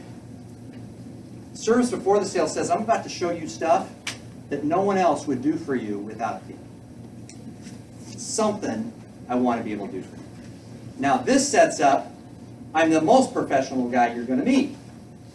And for those reasons, I can do things that other guys couldn't because they don't have a budget, they don't have a service-oriented company, they don't have support from the office, whatever it might be. So what I do, this, as soon as somebody, here's the words. Scott, hey, we're thinking of selling. Now, what's my radar up for? Okay. Incoming. I grab this. I carry these with me. They're in my portfolio. I carry them with me all the time. As soon as someone says, hey, Scott, we're thinking about selling, boom. Name, address, today's date. The reason I keep today's date, I want to know how long are my processes taking. I'm very big on my numbers. So I want to know how long are my processes taking. Did it take me 12 weeks to get a listing because I didn't put it all together the first week? Okay? So I set up an appointment to go see the property. Everybody do that? Does everybody go two-step? Okay? I don't believe in a one-step. I learned how to do a one-step. Floyd Whitman, thank God I don't do it anymore. But one step's like this. You walk, you do your report. They say, hey, we're thinking about it. You do your report, you go to the house, you've never seen it, and you've got the full report with a number in it. And you walk through the house and go, you know, this isn't worth what I told for the report. Well, get your report done, be back in a week. That's what they do. Well, you know, in my mind, and if they hit it on, great, they just boom. But I don't like doing that. I think product knowledge is everything. We talked about Xerox. Xerox, IBM, and Xerox, they sent their people to school. When you get hired as a salesperson for them, 6 months. Oh my God, how much can you learn about a copier? They don't teach them about theirs, they teach them about everybody else's. They know product. Product knowledge is everything. And if I think I can value that home without understanding what it is and not understanding the product, I'm probably not doing it right. I'm probably going to get it wrong. Okay? And I don't want to get embarrassed because the next guy comes in and gets it dead right. He lists it, gets it for that, and they go, see. Oh, hate that. So I go see the house. I take notes. I mean, what's the word? Copious notes. I always thought that was questionable.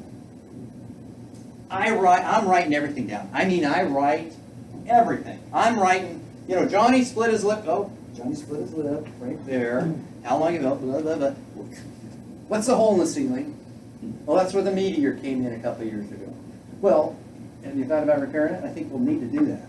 Talk about it. Be upfront, because you know other people won't. Other people won't. And now, is that going to be a problem when you go to market? Yeah.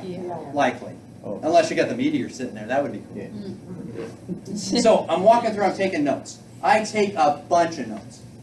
One of the questions they're always going to ask, well, Scott, I know I'm not, we won't hold you to it. What do they want to know? The price. How much is my house? How much do you think it's worth? How much do you think it's worth? Here's what I say. You know what? I probably have a pretty good idea in my mind. I'm good at this. And I probably could give you a number. But until I go back and actually do the x-rays, it's diagnosing you without that information. And I can tell you, I would never let a doctor operate without actually seeing me first and doing the diagnosis. So I don't want to take, people go, oh, you're going to work hard on this. Yes. That's what I'm illustrating. I'm not just throwing a number on the back of a business card. You do that, they're going to hold you to it. You come back with a higher number, it looks like you're buying it. You come back with a lower number, they think you're cheating. Don't give numbers. Do not give numbers. What is good, you're walking through, you know what, but I will tell you this, your home is very saleable. This is going to work. So let me go back, put my report together. I walk out the door, I walk to my car. When you have a car that you take to an appointment, I tried bus, it doesn't work so well, park across the street from the house. Don't park in the driveway. Don't park in front of the house. And the reason I say this is we get in the habit of doing that. Every time I've ever parked in the driveway, showing a piece of property or going for an appointment on a listing, somebody else wants to get in the garage. So now I got to stop the whole motion. I got to get out, move my car, move it. Just don't screw with that. Park across the street. For buyers, when you park across the street, when you drive in a driveway, what's the buyer see when he gets out? Garage. The garage. Holy crap! That garage isn't worth $450,000. No, but you start across the street, they see the whole house. It's just small stuff, guys. It's just small stuff, but it works. I go, I sit in my car, I don't even start the car. I reach behind the seat next to me, you know that little flap in the back? I pull that out, and in it is a baggie.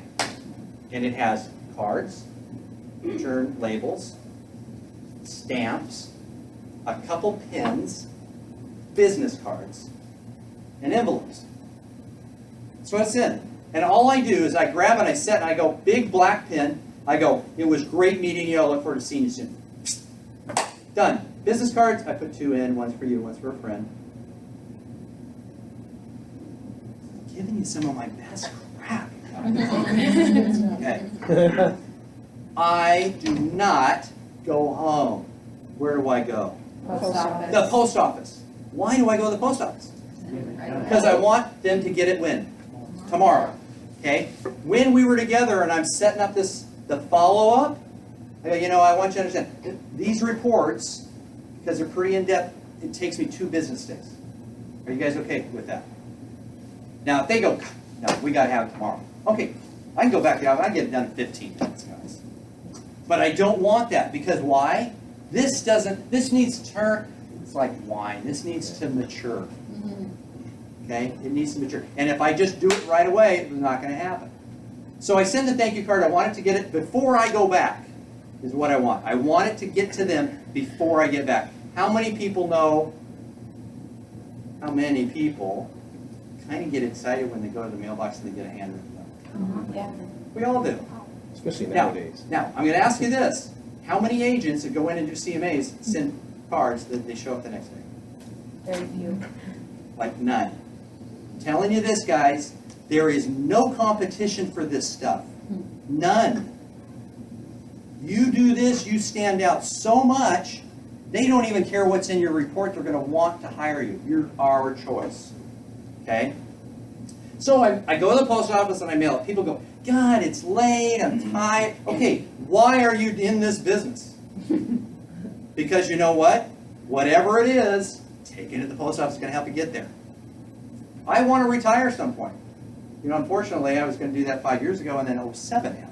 Crap. Well, and Holly.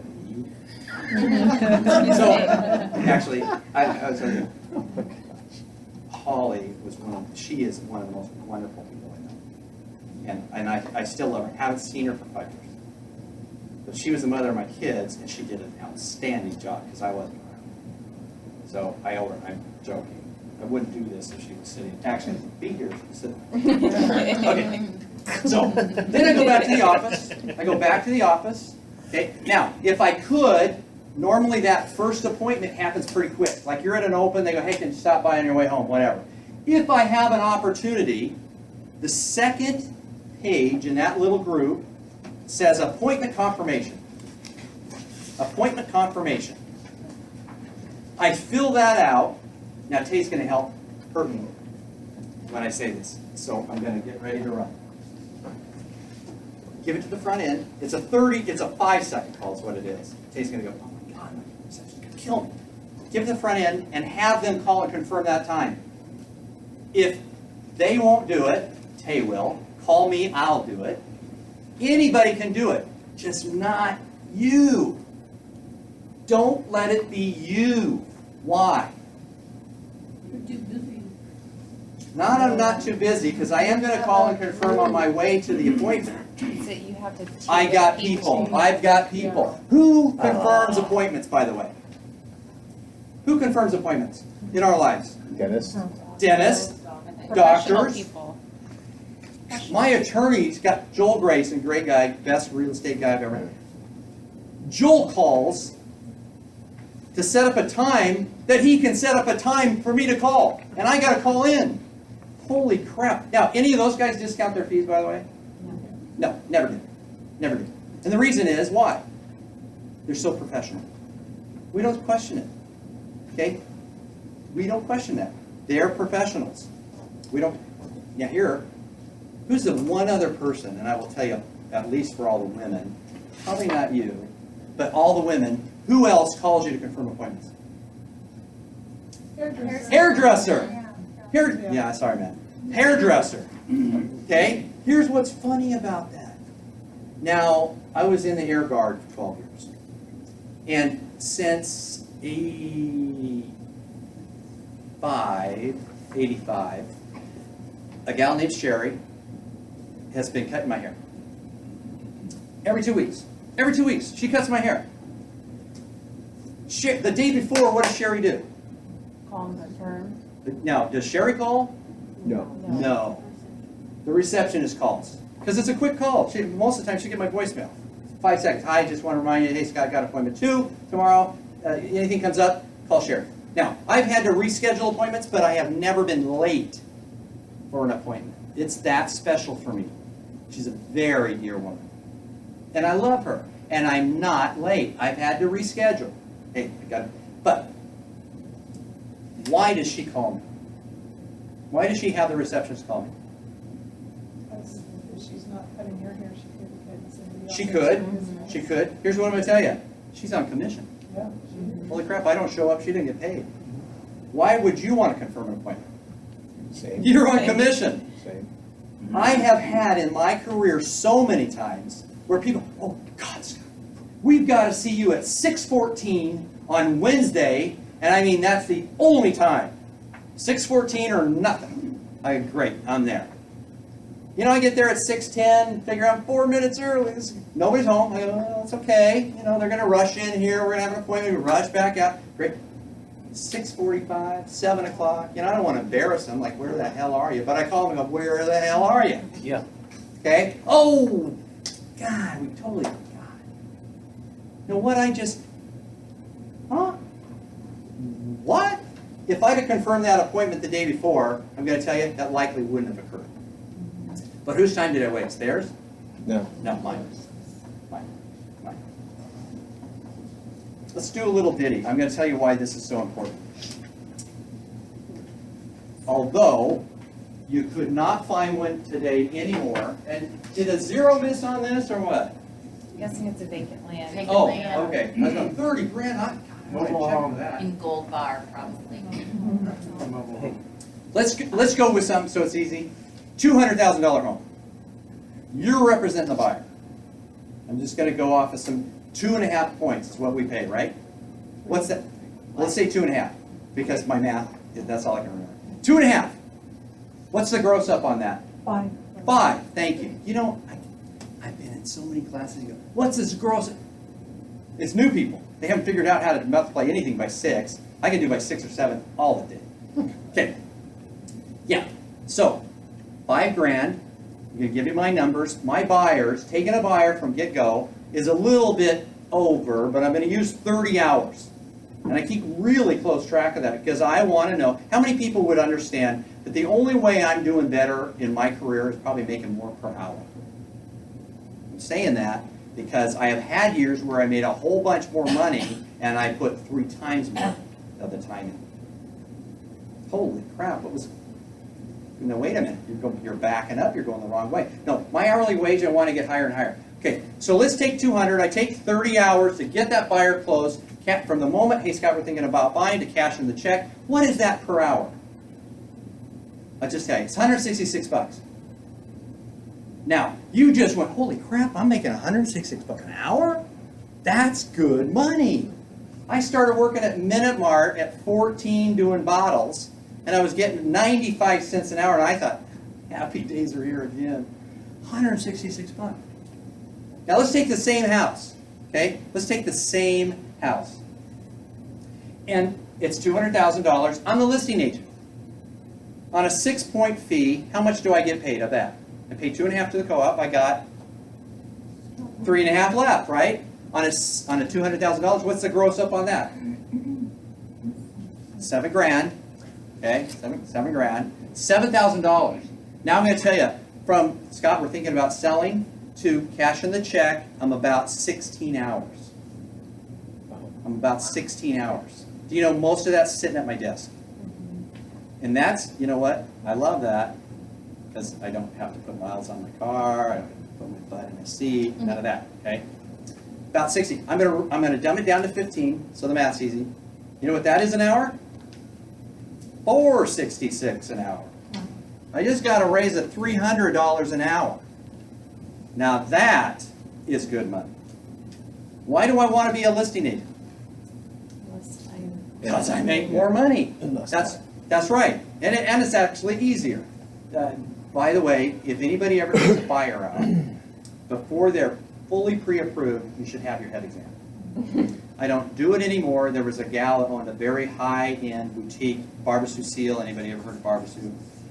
In Portland, worked for her, managed for her. And I said, Barbara, you know, you show stuff around the lake. I mean, this is a couple $1 million. I mean, you know, do you have like some, you know, some criteria that they have to meet before? Scott, I'm just going to tell you this. If they don't walk in totally pre-approved, like here's the check, their ass does not touch the leather in my car. And I went, oh, that makes sense. Well, you know what I did that? That's how I get that down so low. Now, do I qualify? Who does? Some other guy. Not my time, his. Okay? Integral part of the deal, but I got to have that. I got to have it. Okay, so fire safe. Here's the magic. Here's the magic of working listings at $4.66 an hour. Okay? I can do it from my seat. I can do it from my seat, and I can do how many listings at a time? Lots. And you know, 07, 08, I had like 4,250 at any one time. Short sale expert, talk to me. Okay? Holy smoke! You know, now I probably run a 5, 6, maybe. Wow! Now that's cool. Because I can work them at the same time I'm working everything else. It's just a breeze. How many buyers could you work with at any one time? Before you went nuts. Before you like had to check in. 4, like 4. 4? 3 or 4. You're better than me. I'm like a 2 person. Because they will chew your time up and spit you out. I mean, honestly, without a contract, I don't know why anybody would work with a buyer, because they do spit you out. So, that's why we're talking about listing. Okay? That's what's so important about being able to do these things. In here, so how far did I get? Oh. So, confirming the appointment, I walk through the property, come back, I've got a time, whatever. Now, the next best thing I do, the next one behind that says delivery request. This is going to cost you like $2, I don't know, $5, $10. In the Portland market, you can have Sinvoy will come pick up a package and take it to a resident, $7. $7. That's cool. Anybody ever seen one of these? Property marketing proposal? This is not a market analysis. This is 30 pages of the very best marketing materials we have available in the marketplace. I'm going to tell you, I've seen some cool stuff. This knocks it out. What's cool, 30 pages is totally self-explanatory. There's not one page in there that won't explain itself. I put that in an envelope, I fill out the delivery request, I give it to the front end, and honestly, I don't know how you would want to work it. If Sinvoy said, hey, it's $22, would it be $22 to go get a listing? Would it be worth that? Yeah. And how many listing appointments? Hey, if I was on 20 last week, I can see you might have a problem. How many were on 20 listing appointments last week? 10? 2? 1? Okay, so here's the deal. Maybe I get $60 to get that delivered. The way around that, if you had 20, find a friend. You know, you can pass that around. Could you drop this off for me over in Burien? Well, guess who drives there every day? Tay. Tay, would you drop this off? Seriously, you don't want to be the one that drops this off. Getting signed up for a lot of jobs. He will never be allowed back. Go ahead and do that. Nice to know you, man. Here's the deal. Have it delivered, take a friend, call a delivery service, doesn't matter, get it to them, but not you. Not you. Now the reason I send that, if you do a market analysis based on the one that we have available, company-wide, if I do that, those 30 pages are in my market analysis. They're in there. They're part of the report that we put together. It's all in there. Well, that thing's 45 pages. If I send that piece ahead of time two things happen. They'll read it, because it was important enough to deliver. They'll read it, and I don't have to go through it in my report. When I sit in front of them, I don't have to go through 30 pages. And here's one of those pages is the magic key. To one of those is going to put me over the top. Is it American Home Shield? Is it what? One is going to put me over the top. One page. Which one is it? Crap, I don't know. So what do I feel obligated to do? Yes. I got to go through 30 pages. What's that take? I'll tell you right now, it's 30 minutes. How much am I making an hour? 466. What happens if I add a half an hour? Will my wage go up or goes down? It goes down. It goes down. So I'm actually trying to save some dollars, make more money, and provide superior service. I sent them the very best marketing material we have, and I haven't been back in the house a second time. I don't even know what the value of the house is. I just ship it to them. Professional? Do you think anybody else is doing it? So I have a question. So Yeah. you do your walkthrough, then you send that, and then you go back with a CMA? That's correct. So Alright. my report of value, when I go Report of back, value. those 30 pages are not in it. What I do, and this is how, so the day before I'm going back, let's say that was, I was there on Monday, I'm going back on Thursday. Okay? Who's going to call and confirm, right? Hey, Scott's going to be there tomorrow night. The day of the appointment, that's the day before, day of the appointment, in the morning, I do this. Hey, Jack, John, hey, just want to let you know that I'm still planning to see you at 6. I'm on time today. Everything's working great. Hey, did you get the package I sent? Now, they go, yeah. I go, great. Go through it. And if you have any questions, just tear the page out. And we'll go over it when we get together. Why did I say tear the page out? Because I want to ruin that? No. No. That's the page. That was the one. Yeah. They found it for me. Yee. Okay, I should pay them the 466. Okay, What if they're like, what page? that's right. So here's the whole book. We have questions about everything. You know, you get those. It's an engineer. Oh, you're an engineer. Okay. Let's talk. Here's the deal. So I call. I go, hey, get the package I sent. They go, yeah, great, go through it. They go, no, we didn't. Go check your front door. Because they probably dropped it off and put it in your screen door. I do not even know the color of my front door. I haven't seen it for years. How do I get my house? Garage. Everybody else does that. They don't see their front. So then guess where they left it? The front door. Go to the front door, get it, go through there. Have any questions about anything, tear the page out, we'll go over when we get together. Easy. Easy, easy, easy. Now, if I call early in the day, I usually do these about 10 for an evening appointment, 10, 11 o'clock. If I'm running late, I'll say, hey, just want to let you know, I'm about 10, 15 minutes behind today already. And I hope that that would be okay. I could be there about 6:15. If that doesn't work, call me. If it doesn't work, call me. I'm giving them the right to say no. If it doesn't work, call me. I've never had anybody call. And here's what I do. A lot of times I go, you know what? I'm running 8 minutes late. Be okay, I'm there at 6:08. Sure. Okay, I got there at 10 till. And I sat around the corner, and I waited, and I waited, and at 6:08, I walked up and knocked on the door. And they go, oh my God. Are you this prompt all the time? You know, because what happened the last guy? Late. He was late. I was at an appointment. Walked up, knocked on the door. I'm supposed to be there at 6. It's like 6:05. My dad was one of those guys. If you're not 5 minutes early, you're late. Well, this guy was, if you're not there when you say you're there, you're late. I went to the door. He goes, you know what? You're late, and I'm not going to work with you. I'm sorry, because you didn't even call. You didn't have the courtesy to call. I'm only 5 minutes late. Holy crap, in this traffic? You could be like 50 minutes late, and it wouldn't be out of the ordinary, but you didn't call me. You didn't give me the respect due. Right. So, away you go. And I mean, I was put in my place, and I walked off. I was, oh, God, how did I do that? Well, guess who started confirming his appointments? And I did that. But then I started figuring out, you know what? I don't need to do, one, I don't need to take the time to do it, and two, it's so professional when I have somebody else do it. Now, if front end wasn't available, Tay's not available, I'm not available, hey, would you make this call and confirm my appointment? That's what team does for you. That's part of the reason I'm here.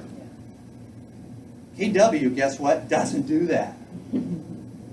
John L. Scott doesn't do that. There's no team. Team here says, let me help support you. Go get that listing. I'd love to see Holly make $4.66 an hour. So what can I do to help you do that?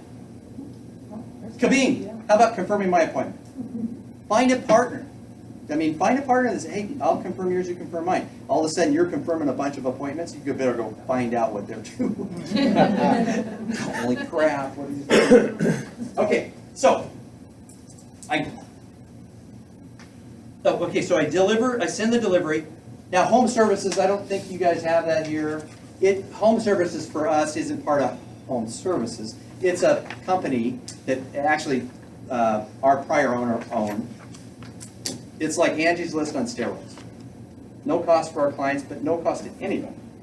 So you can call, hey, I need a plumber. We get better pricing and we get faster response because we use these guys consistently. We check their license and funds twice a month. So it means something. We can refer and know that's going to happen. That's home services. If I fill out the sheet and I send it to them, and I pulled it out of your pack, but if Rosie goes, hey, hi, this is Rosie with Home Services. We work with Scott Stevenson, understood you're interviewing. We just wanted you to know that one of the services that he provides is this, blah, Angie's List on steroids. No cost to you. And, and by the way, Scott's one of our best. You're really one of our best. So, enjoy him. If you have any questions, call him. Click, done.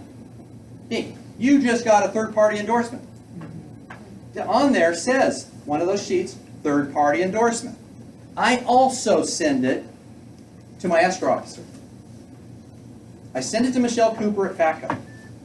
Michelle jumps up and down with joy when I send her those. Why?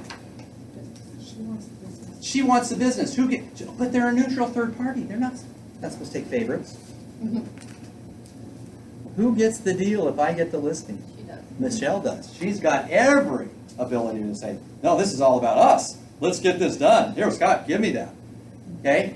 She calls. Hey, this is Michelle Cooper. I've heard her. This is Michelle Cooper at First American Title. Just wanted to introduce myself. We handle the title and escrow needs for Scott. Understood you were interviewing. We're here if you have any questions.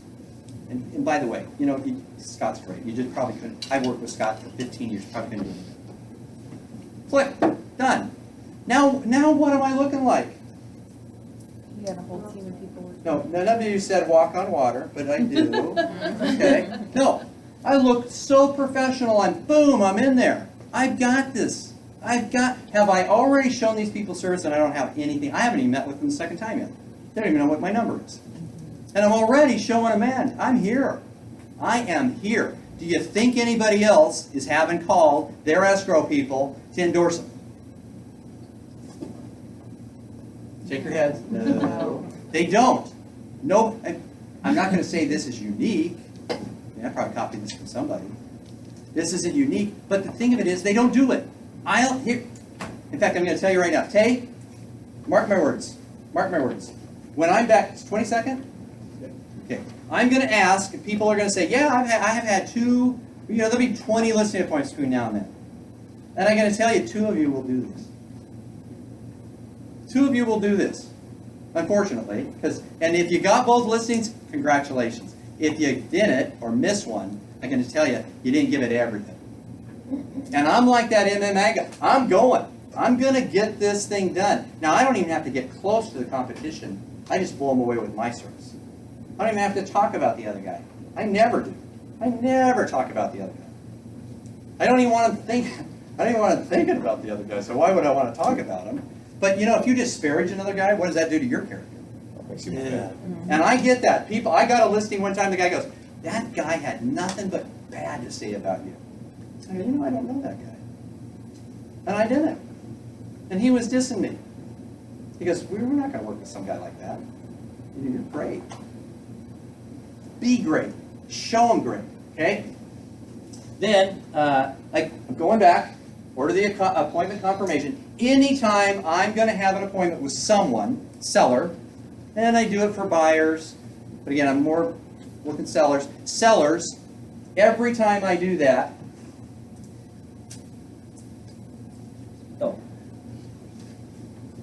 I can't remember what I was gonna say, so forget that. Appointment confirmation, I still call that morning. Hey, hi, I'm on time, I'm gonna see you tonight, blah, blah, blah. Set it up. If you go into a house and you're touring, here's a quick note, and you're touring and you're walking through and you're taking notes, and you realize, God, they do not have a place to sit here. There's no place to sit. Where would you want to meet now? I mean, there's no furniture in the house, it's vacant. Is it real homey? Is this their home? Meet at the office. Meet for coffee. Meet someplace that's convenient for them, okay? But don't meet at the house. This is a terrible way to present a CMA. Hi, look. Oh, shit, oh, okay. No, don't do that. Be professional, step up. If you gotta buy him dinner, whatever you gotta do. It's usually coffee. If you know it's gonna be that kind of appointment, stay away from the evening. Do a morning, do a lunch, okay? But if there's no place to sit, if you're walking through and there's like, you know, here's the giant dining room and then here's the coffee table. If someone offers you something, here's another note. If someone offers you something to drink or eat in a home, what do? You accept it. You don't accept my offer for my coffee, which is terrible, but you don't know that. Terrible. What? You have just offended me. And you know why I want to have coffee? Why do I want to have coffee? They're doing my job. They want to build some rapport. They want to know, I trust this guy. That's what they want. So if you go into a house and they go, hey, would you like to have a cup of coffee? You know what? That is going to blow my day up. And I would love a cup of coffee. I've got 20 minutes, but you know what? I'd love to hear more about you. You know, I saw you got kids. I saw your grandkids and stuff. Tell me about your family. Bing, bing, bing, bing. Okay? Make sense? Yeah. There's something else I need to say. Remember what it was. Now, I'm getting old. I just turned 60. It's like, your day's coming, Tay. Your day is coming. So, I go back, I'm presenting the list. Oh, I remember. So, if you go in there, hey, can we sit at your coffee table? Be right up front. They're going to want to take you where? The nicest place in the house. Let's sit at the coffee table. Why? More comfortable. It's comfortable, it's homey. Where do they eat all the time? Where's a lot of stuff happen at that little table? Right. Sit at the table. Just be right up front. Can we sit at your table? I love that space. Yeah. What are they going to do? No, the floor's dirty. And this, you're going to get this sometimes. Oh, you don't come over today. My house is dirty. What do you say? Well, clean this side. You know, no. What you say is, you know what? I'd rather see it that way than clean because maybe you won't have to. Oh, you know what? I don't care how it looks. It doesn't change the value. Maybe we're going to need to do something. But if you clean the floor and then I come in and go, we need to replace the floor. See what I mean? So at the coffee table, like a sofa, or at a dining room table? The dining room table. Okay. Well, you know, like a little kitchen table. You know, kind of, maybe there's 2 chairs, get a third if there's 3 people, whatever. But you sit at your coffee, I just love the coffee table. You want close. Now, I have sat in living rooms, here's this couch, they're sitting over there, room for 2, little coffee table in front of them, I sit over here. Okay, how far this is going to go for you? Oh. I got up. Now, I can't bend most of my knees, but here we go. I want to be right here. Why right here? That's right. If I get within 6 feet of you, I'm in your personal space. And if you go, oh, then I know I'm not ready yet. They're not ready yet. But I do this and they lean forward to see. Where's that? Is it the rapport? Common ground? Some trust? Starting to figure out. Okay? That's a great way to figure that out. I go back in, I'm presenting my report. Very straightforward. Boom, boom, boom, boom, boom. How you want to close is up to you. I've never worried about walking out with a contract. You know, what it used to be, here, press hard, there's 4 copies. That's what we used to do. You know, you don't leave that house without a signature. Okay, does that really play anymore? There's too much other crap going on. Now, if I was afraid I was going to lose the listing, go get the listing. Don't worry about the paperwork. Go show them you're the guy that can get this done for them. Don't worry about the paperwork. And now Tay's gonna go. Unfortunately, there are many times, the sign's up, we're in, we're ready to go. We're dialed, it's a Friday afternoon, I'm 100%, boom, we hit. I hit the go. Shit, I gotta go get the contract signed. Yeah, it happens. Because you get so involved, it's the paperwork's kind of like the last thing. Really. And why could I do that? Why could I do that and not be sleepless at night? Because you felt that Because of the trust. Does trust go both ways? Yeah. You know what? You trust me, and I don't trust you back. Guess who's not going to trust me anymore? That person. It's reciprocity. If I like you, what's the most common thing going to happen? Holly's going to like me back. It's reciprocity. If I hate you, what's likely to happen? She's going to hate me. You know what I mean? So go in there and give them what they want, which is somebody that'll trust, somebody that's concerned about me. That's what they want. Who's this about? What's the main thing? Main thing.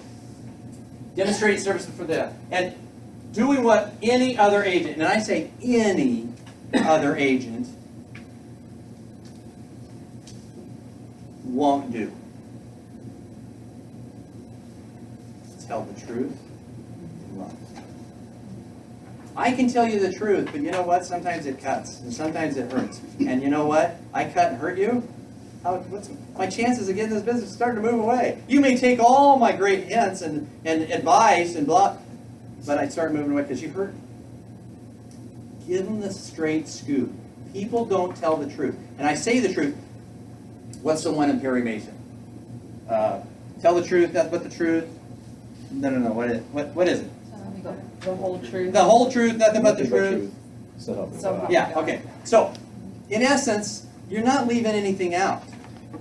You're only telling them the germane stuff. This is important. This is where we're at, and this is what we need to do. And that I'm telling you that in trust, because I care about you guys, and you need to know this. Now, I tell people that, and they go, you know what, that makes sense.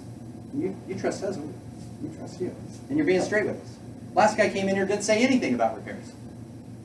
Didn't say anything about it. The toilet's falling through the floor. He didn't even point it out. That's the kind of crap that goes around, guys. You know who does that? You know who those people are typically?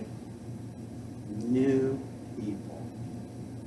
They don't want to offend anybody because they're afraid they won't get the business. Okay? Start your careers off right now being straight up with love. You show you care, they will follow you to the ends of the earth. In the way of, I got to do repairs, I got to do this to market, I got to cut the grass.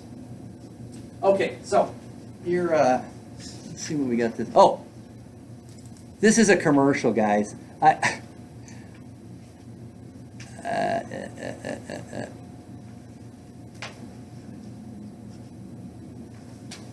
Actually, let's skip it. That was, it's about crucial conversations, but I think we talked about that enough. Committing to be the seller's number one, our choice. So you're the best, so be the best. What's the best company in the marketplace right now? Ours. Why? Because we are here. Because this company has us, and we have the company. Isn't that cool? Isn't that cool? I just lucked into the best company in the world. This is cool. I'm a stockbroker. Okay, so you're the best, so be the best. Setting up realistic expectations. Is selling the house, second day, more than full price, no repairs, cash. I'll get you out of here in 10 days. Just have one of those happen, by the way. And I told him it wasn't going to happen, and it did, and it was like, But, realistic, is that realistic? No. No. What about, it needs a roof. I mean, it's like it's curling, it's got growth. I mean, something is up there making a nest. Who knows? Realistic expectations? Well, we won't have to deal with that. It's a seller's market. Buyers will just take it that way. Is that realistic? No. No. Who gets involved when that kind of crap happens in their financing? The bank. The bank, the appraiser, and home inspector. Here's the word I want to say. Let me tell you how I work. This comes out of my mouth more often than almost anything else. When somebody says, Scott, we're thinking about selling. Well, that's great. Where are you guys thinking about going? Blah, blah, blah, blah, blah. See, I don't care where's your house. You notice I didn't start with, so where's your house? Where are you guys going? Because what's their goal? To get where they want to go. So where are you guys going? It's just a conversation. We're just having a conversation. I'm not looking for business. I might say, can't help you. Where are you guys thinking about going? Where are you going? Great. Let me tell you how I handle that.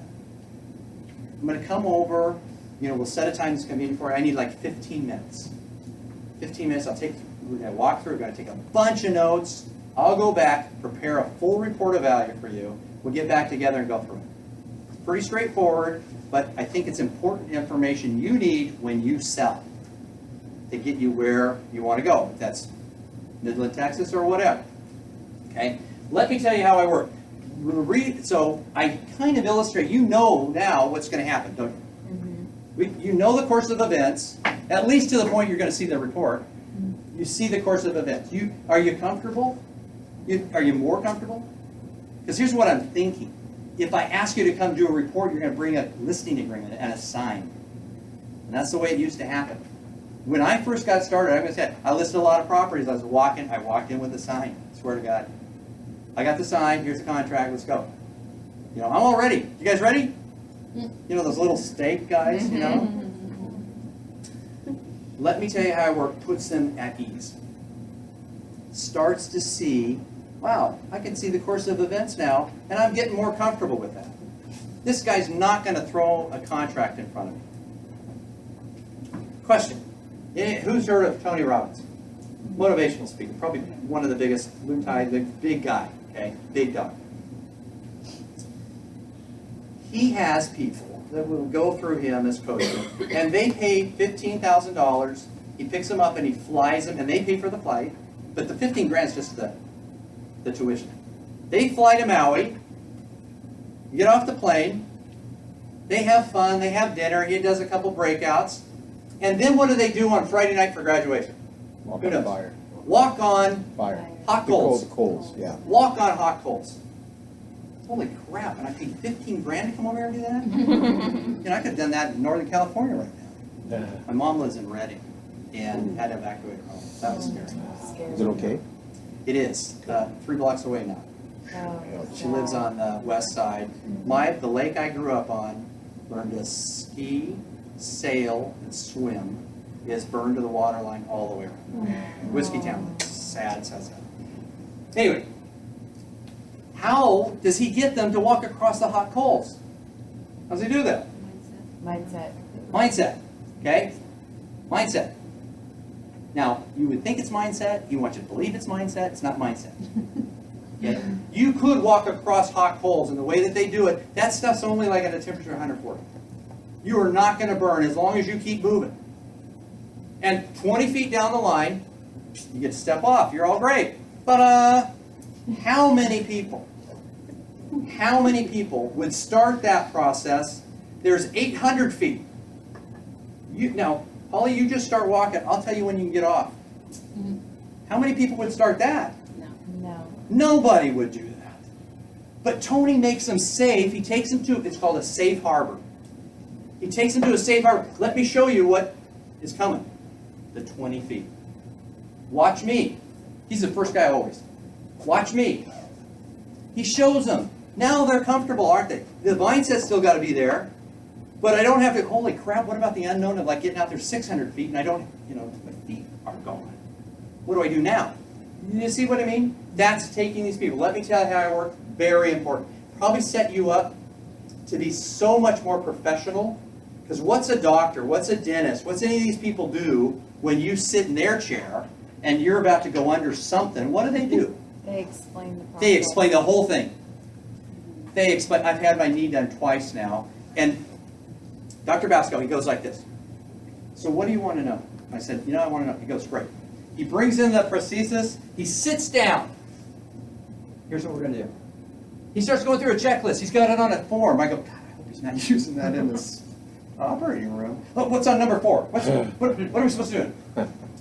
Let me take you to a safe harbor. Let me tell you how I work. It's so great. It works so well. This is a statement that I use all the time. Now, I don't know that I've ever had an appointment in the last 10 years anyway, where I didn't say this. I'm certainly saying it now with great conviction because I'm here. Okay? For 7 years, I've been able to go boom, boom, boom, boom, boom, boom. I'm a strong listing agent. It's what I'm good at. It's what I'm known for.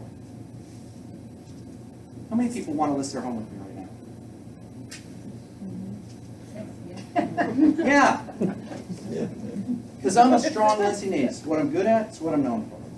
And I want to do that for you guys. I would like the business. You know, don't take anything for granted. Ask for the business. You know, I would love to list your house. And I'm a strong listing agent. It's what I'm good at. It's what I do. Everybody knows that. And I'd love to go to work for you guys. I think you're good people. Boom. Done. But that statement right now won't work for people that haven't had a bunch of listings. Okay? God, I've never had a listing. How the hell am I going to go in and say that? Jeez. You know, do you want to lie to them? No. But what are we as a conglomerate? Team. A team. Okay, here's what I'm going to tell you guys. You have a team member that's done this a couple thousand times. Who's on your team? A lot of people. A lot of people. I'm not the only guy. Oh my God, there's people. I mean, Chris Kelly, who I hired as new, trained him, and he does 110 deals this year. He did 108 or something last year. 75% being listings. Guess what Chris walks around saying? When he was brand new, I had him say, Chris, you're on my team. Now you can say what? We are a strong listing company. It's what we're good at. It's what we're known for. Is that the truth? Yes. That is exactly the truth. Could you say that with conviction? Yes. Yes. If somebody says, how many listings have you listed? You go, you know what? I've never listed anything. But my partner's done it a couple thousand times. You think I'm bringing him in. You know what? Call me. I'm here. I'm here. I'll be glad to work with you guys. If you need an endorsement, anything, that's my job. Okay? Help give you what I've got, teach you some stuff. But I'm on your team. Holy crap. Let's go do this. And if I'm not, there's somebody always doing a bunch of business that says, yeah, I'm on your team. We are all a big team. And again, the end, I will get your home sold. So always finish with a statement moving forward. Okay? I don't want to talk about this. That's what I'm known for, but it's past, right? I will get your home sold. Now, I don't say I'm going to sell your house. Why don't I say that? Yeah, if I don't bring the buyer, they think I lied to them. My agent didn't even show the house.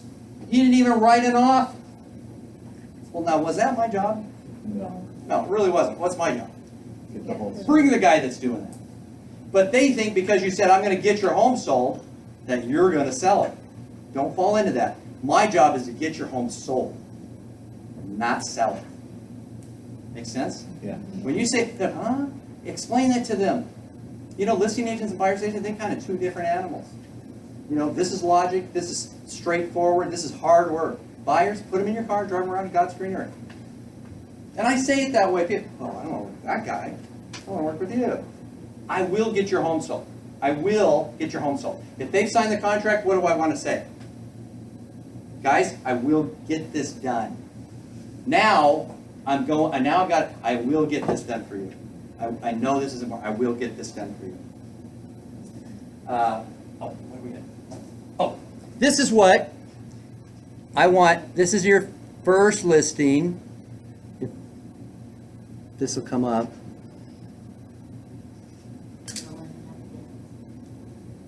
Ka-ching, ka-ching, ka-ching.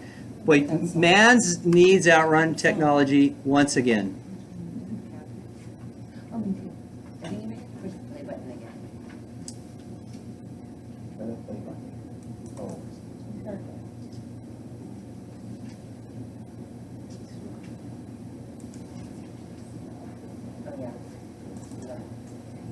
Okay, here we go. Let's try this. I love this. This is how I feel when I walk out of a listing.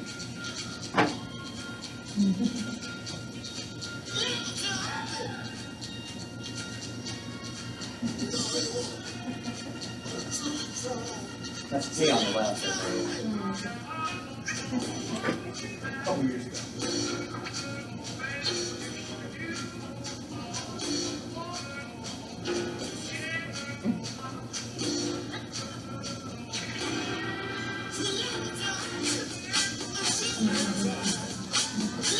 Mom, aren't you dancing along?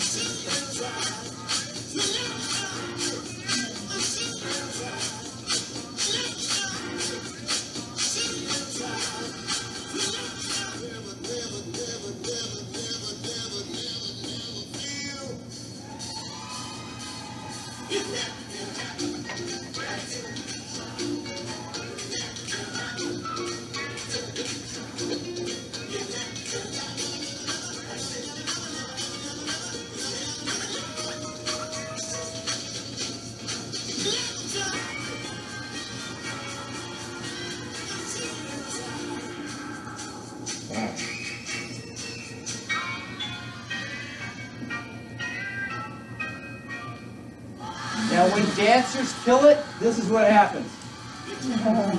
They throw their shoes. Tay, get ready, because I think you're going to have a lot of people coming in here. I want you to get ready to throw shoes, because these people are going to kill it. Does that make sense? That's how you should feel when you walk out of a listing. Great.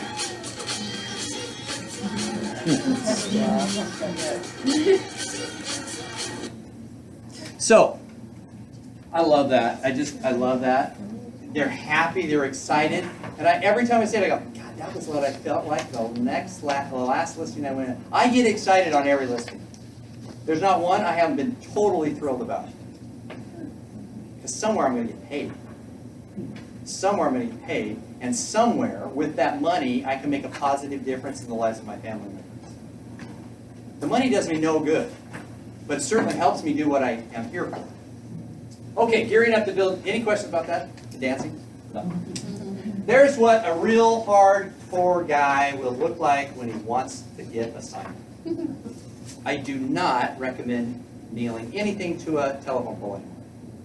But the guy behind Hold My Ass is my best friend Roger. That's Chet Antonson. He was our broker, but great friend. And yeah, that's me with the 5-pound sledge. Now this was about 89. See something that's weird you don't see anymore? Ties. Ties.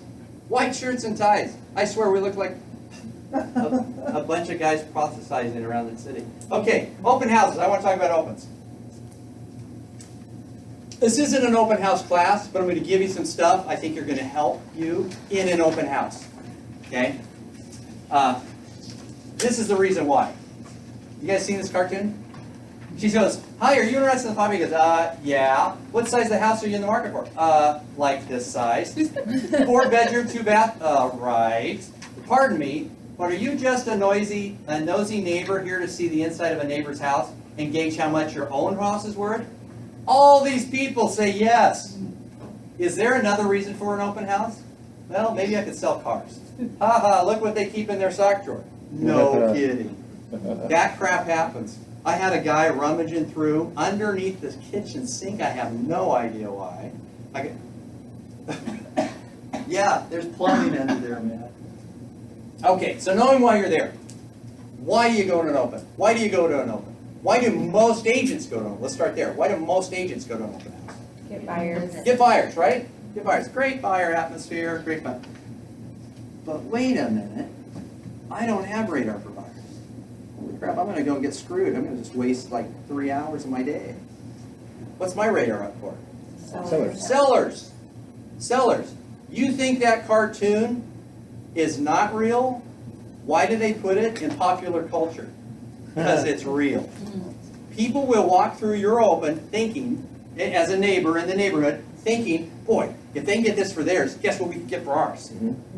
I've never seen those numbers correct. Never seen them correct. Right. What do they need the help of? An agent. An agent, professional agent, that will show service before the sale. Caring, okay? When to start? When to start? Why? Sellers. We're there to meet sellers. Okay? Right? Here we go. No, we're there to meet buyers. I'm there to meet sellers. Now, buyer walks up and goes, God, I love it. Could you work with us? You're great. We want to buy a house. Okay, sorry. John L. Scott's across the street, go see that guy. I don't work with buyers. I'm just sellers. No, of course not. Of course not. But all the people walking through that house, this is an NAR number, 42% live in the neighborhood. Why are they coming through? You will get this. You will get it. I get this a lot. Hi, what's got you through today? You know, we live in an area, these people are really weird, and we always wanted to see them. Yeah, stuff was going in, stuff was going out. I'm looking for drugs. Can I go through the medicine cabinet? Okay. You want to start doing opens when you have the mindset, I'm here to meet sellers. I'm going to tell you that if you want to go meet buyers, an open house may not be the best place to do that. Anybody ever done a buyer seminar? Qualifying in with a lender on site? Class? Guess who comes? Buyers. Buyers. You want buyers? Do something like that. Boom, boom. Go to a kiosk. Go to a fair. Buy us booth. And there's tons of opportunities to find buyers. When I go to an open, I'm looking for sellers. Okay? I am looking for sellers. When should I stop doing opens? Retire. Retire? Yeah. I'm not going to do any more when I retire. Here's my license. And oh, here's my boards. Okay? Here, I'm going to give you 3 things. If one of these 3 things steps up in your way, you need to back up, stop doing opens for a little bit, and reevaluate. Okay? First one is, you'll go to an open hungry and eat their food. Holy crap, guys. You guys never done that? No. No. Eat a banana, eat an apple, these are pops. No, these are people that will say, hey, Scott, hey, fridge is full, whatever you want. Pepsi's in it, whatever. People do that. And I go hungry because I know they got my food. Great. Okay? Well, maybe I need to rethink that. When you wake up in an open house. Yeah. Now, I'm going to tell you, I've done every one of these. This is terrible. In new construction, in the summer, and you're sitting in something that framing, the roof's on, it's hot. It's warm. And on a Saturday afternoon, there's no traffic. And you will sit on the stairs and wait for... God, I hope nobody came through. I went into an open one time. I was not recruiting, but I wanted to meet this guy. I went in, open house, it was around the corner from my house. I went in, he's sleeping on the sofa. He's asleep. Oh, no. I was so embarrassed for him, I just backed out. Like, yeah, he's going to die if I wake. Hey, man, hey. Maybe I should have done it, but don't wake up in an open, okay? Go rested. And this will happen, and this is when you need to reevaluate. And I honestly, this happened more often to me than probably anything else in opens. You're going to be sitting at that little kitchen table. You're going to be doing, you got paperwork going, you got listing, stuff, boom, boom, boom. You're signing card, you mail. You look up. Here comes a couple up the walkway. And you go, don't they know I'm working? God, I wish they would start. Jeez, I'm not going to get anything done. Hi, how are you? Walk through. I'm going to be over here doing my work. No, and it will. I tell you, you're going to get so busy, that's going to happen. And when it does, you need to reevaluate. Okay, I'm not joking. Honestly, I don't think I'm any different than a lot of stupid guys like that. Rules of the road. Okay, know the lay of the land. Before you go to an open, it's your listing or somebody else's. Get it an open. Look for sellers, but know the lay of the land. Where are the schools? Where are the streets? Where's shopping? Boom, boom, boom, boom, boom. Where's all this stuff? What's the traffic patterns like? If you lived on 42nd, I gotta say, I think you'd have a little bit busy traffic, right? Okay, what happens if you're down in Edmonds, a little bit farther down, way down?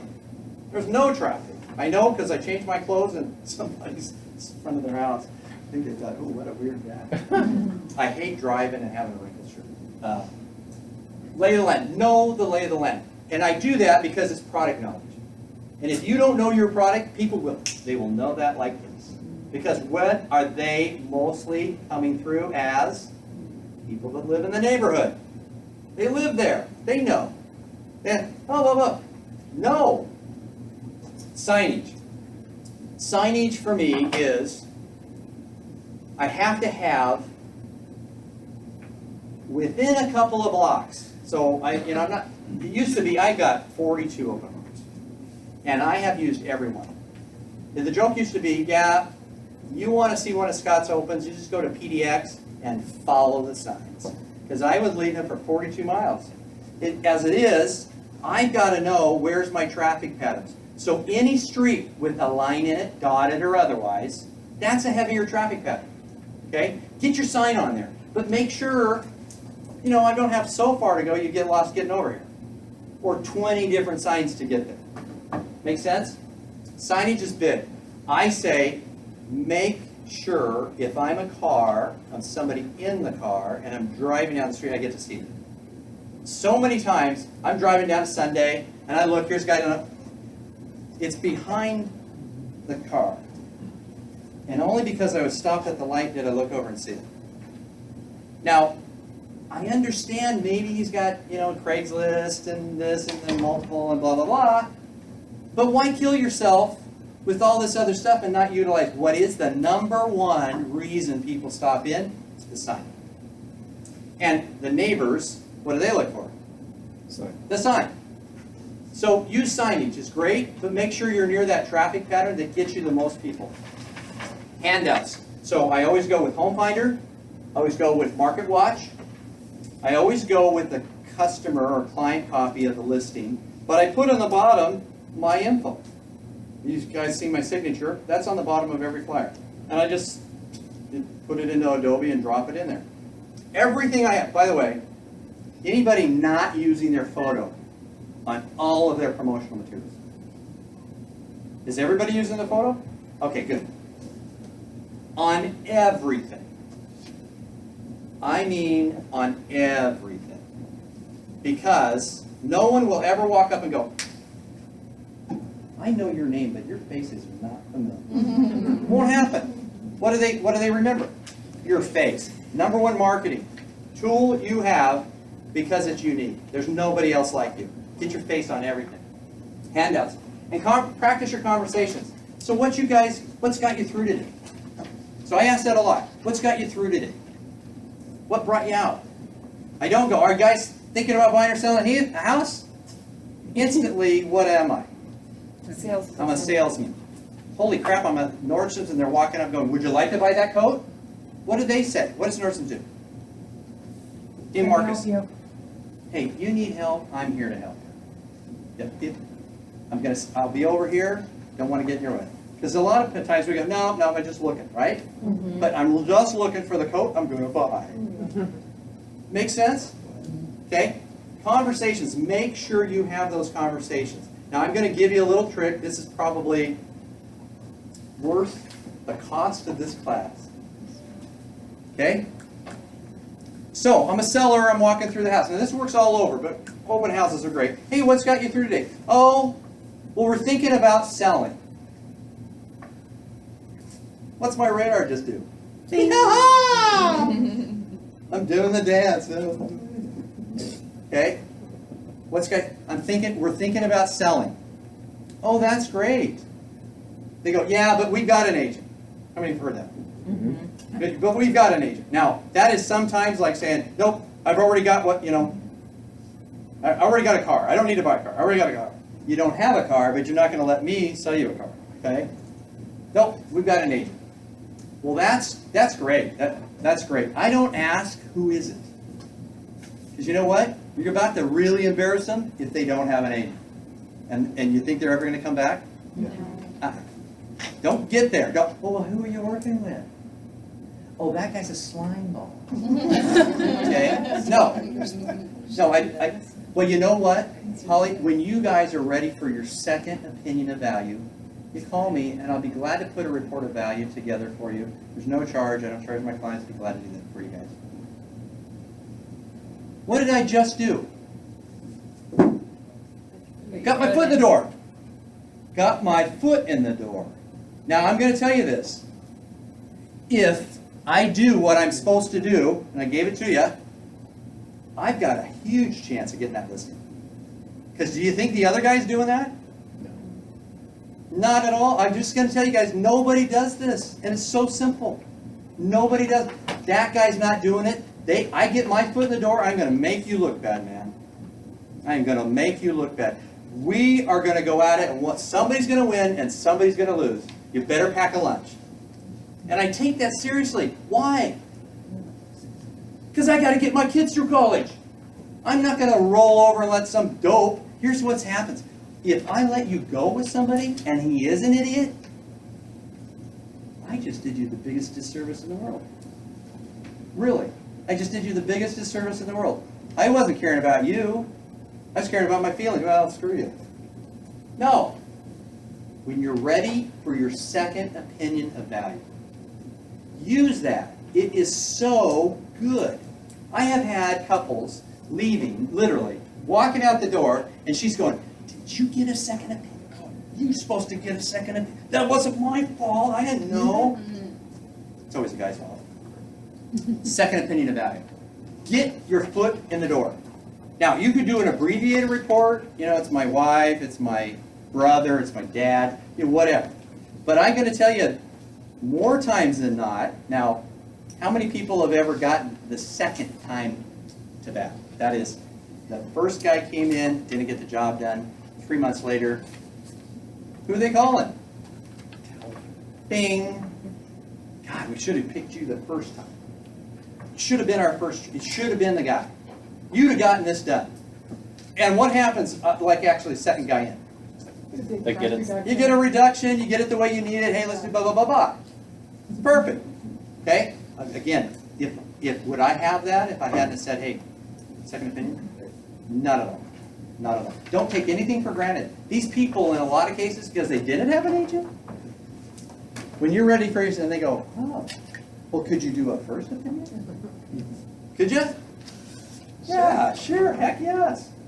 And I say, go prepared for bear. What's that mean? What's that mean? In nomenclature, normally, you have got it all. I went fishing one time, never do it again, scared the heck out of me. Went fishing in Alaska. And I mean, we took a float plane in and we were up in the middle of nowhere, and I'm fishing and I am having, I mean, like every cast catching fish. Whoa, this is great, this is great. Holy crap. Here comes the bear. Yeah, big. You didn't have your bear Big bear, gun. like 8 of me, big bear. Scared the heck out of me. And the guide I'm with pulls out the shotgun with like slugs and just stands right behind me. He goes, keep fishing, you'll be okay. Come on, like I want to catch a fish and throw it to here. I'm your buddy. Yeah. You know, holy crud. Holy crud. Going prepared for bear means any situation you're ready for. Any situation. So, what happens if somebody says, well, what's your marketing like? I mean, honestly, they'd said, what could I take? The marketing material. I could take the booklet, I could bind it, I could put it in. You guys have the comb one? Yeah, perfect. I could take that with me. I could, you know, here, I could have that out on the table. I don't know who's walking through that door. I just don't know. And if I did know, I could prepare. But if I don't, what do I got to do? Be prepared. I got to be prepared. I got to do it all. Boy Scout? Yeah. Girl Scout? Boy Scouts. I'm going to tell you that mentorship, if you're not with a mentor, and I don't know if they have a program like that yet, but mentorship is everything. Mentorship is there. Would you rather learn on your mistakes or mine? Yours. My mistakes. I want to learn from the other guy's mistakes. I don't want to learn from mine.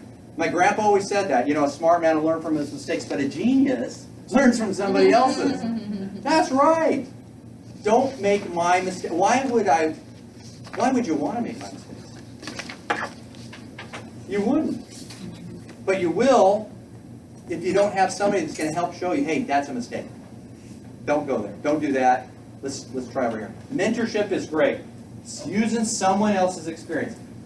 Finding the right fit's very important. And I will tell you that the DISC assessment is probably hands down the way to go. You can do them online. They're cheap. They're easy. In fact, I don't think the one that I referred is, if you go in there and just put DISC, it's going to give you an online, no charge. They might ask you to say, hey, can we contact you later on, because they're going to want to just DISC assessment. You guys have, I use them. I mean, I've taken them. Yeah. Not something. So the DISC is great. Go ahead. Whenever I was with Keller Williams, it was a requirement to do. Yeah. So I've done. Yeah, because a team, you're a big I, and you got 4 other big I's. There's gonna be some problems. Big egos. Big egos. Or everybody's a C. Yeah, nothing's gonna get done. Guys, did your food stamp show up? Because mine didn't. Why? Well, you're a C, aren't you? I'm a C. We're all C's. Nobody's out there doing any business. D's, Jason, you gotta be, gotta back up a little bit, make sure I'm not running people over as I get there. And S's, they're like, what was the term I heard one time? They're like the otters of the world. They just love to have fun. They just have a party. So if you go to a house to walk through with an S, you better book a couple of hours because they're going to want to have some fun. And that's great. Let's have some fun. I'm a high D, high I. High D, high I. The I gets me in front of people. The D lets me run over them. Okay? That's simple. Ask questions, lots of questions. If you have a mentor and you're not asking them a question like every day, then you're missing an opportunity. Mentors typically are somebody with great experience, great ability to communicate that experience. Okay? I want to ask that guy a question. Well, text him, whatever. Now, I will say, don't let Tay be your mentor. Find someone that you can compare or comp with, okay, that is also an agent that's out there knocking the doors down every day. And I know Tay does that, but Tay's not the guy. Because Tay's not always available. Does that make sense? Mm-hmm. So what you want is somebody, hey, I can pick up the phone, and in a half an hour I'm going to get a call back. Hey, I got this question. Mentorship is nothing more than my sharing with you what I know, what I already know. But this is what's weird. I've mentored so many people. I got 4 right now I'm mentoring. I'm learning more from them than they are from me, which is really sad. And here, you guys give the presentation. Honestly.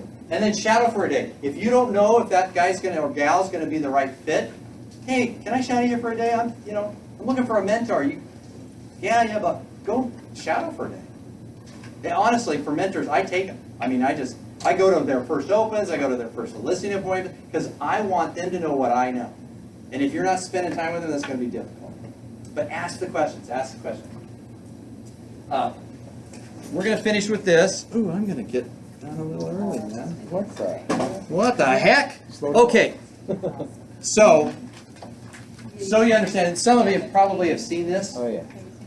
But I wanted to share it, and we'll talk about it when it gets done, but I wanted to share it. I think it's really poignant. That guy had drive. Oh, video is unavailable? What? No way. Okay, so, guys, give me just a sec. You can find it. Yeah, that's where we're going to go.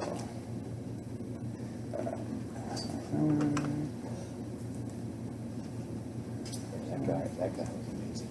Yeah.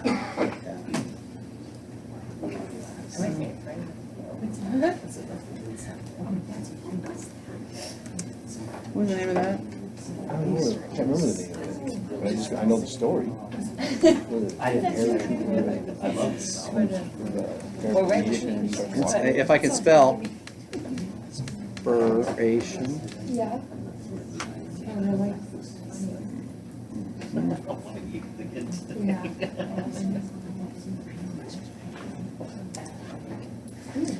Can somebody help me? Because I am doing something wrong there. YouTube inspirational. IRATIONAL. There you go. Okay. Inspirational Arthur. There you go. Transformation. Okay, let's try that. There Okay, you go. here we go.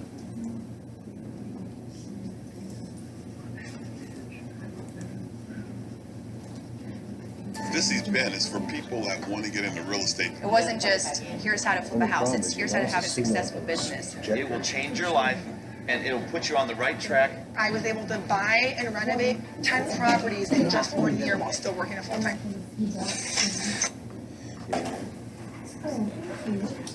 I'm not quite sure why. No signal. I'm not quite sure why it's. Is it off of? No, I'm sorry, guys.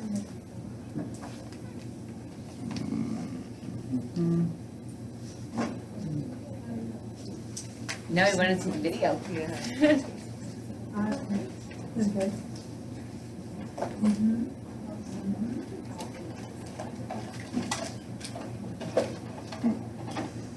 This company's technology sucks. I'm going. That's right, that's right. I'm that's going right. to the other company.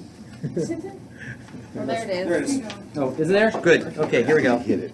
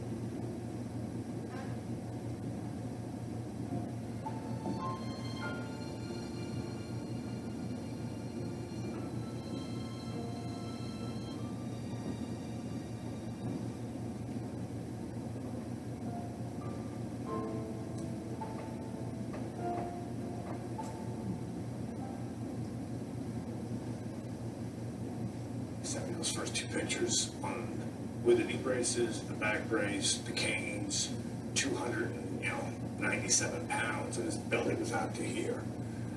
And I was thinking, God, how am I gonna help that guy? When you get what you want, not what you need. When you feel so tired that you can't sleep. Step in reverse.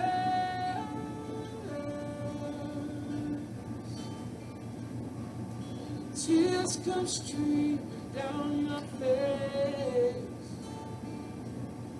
When you lose something you can't replace.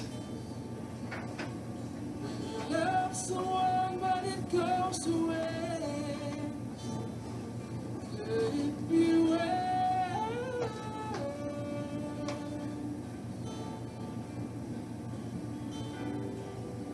Lights will guide.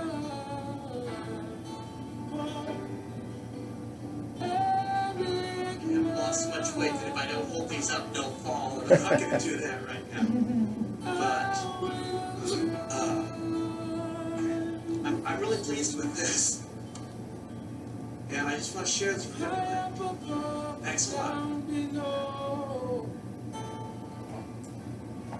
Too in love to let it go. Never try, you'll never know. Here's where I'm at now. What you wear.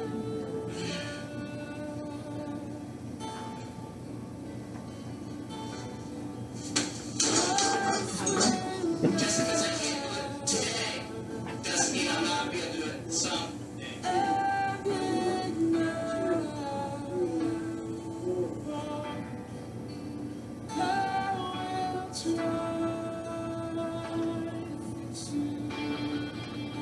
Tears stream down your face when you lose something you cannot replace. Tears stream down your face.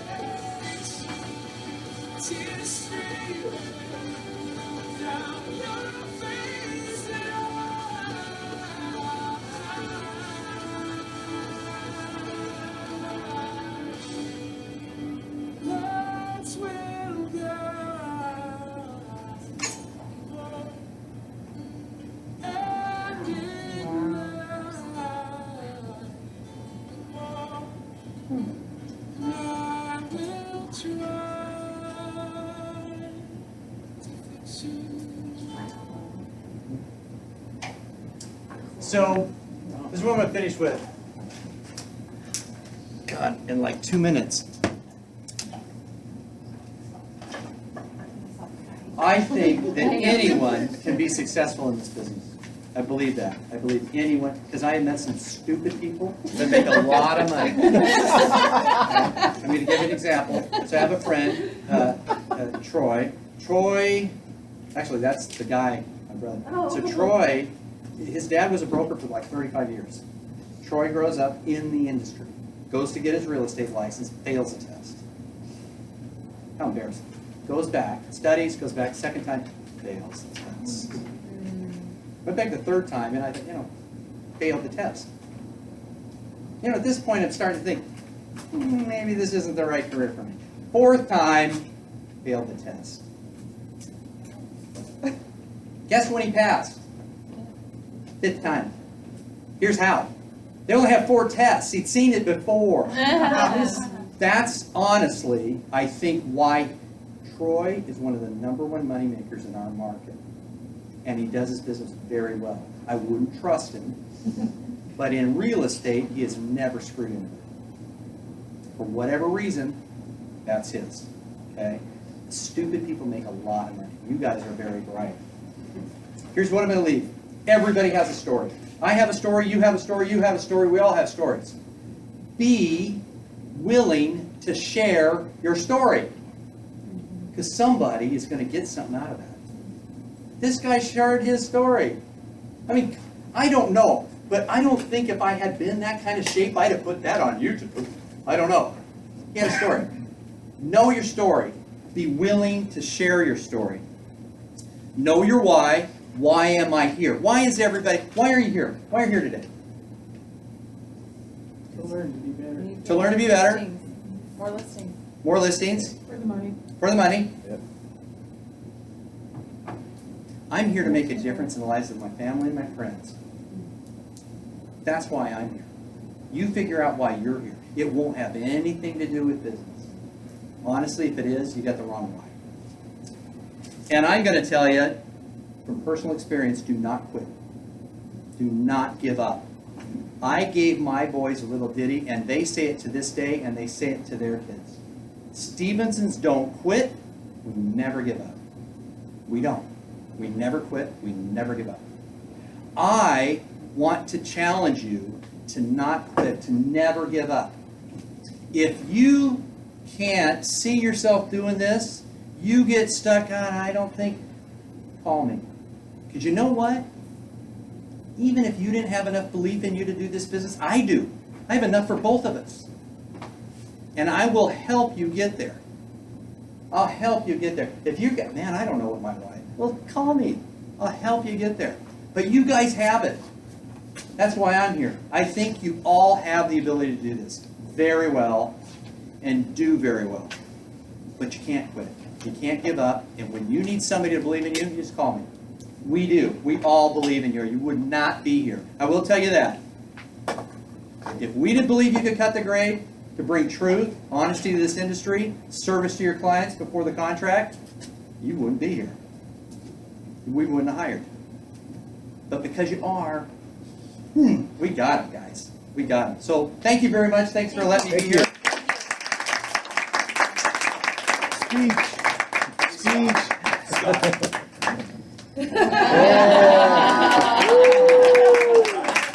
Holy crap, man. I Steve on one of those ones. Yeah.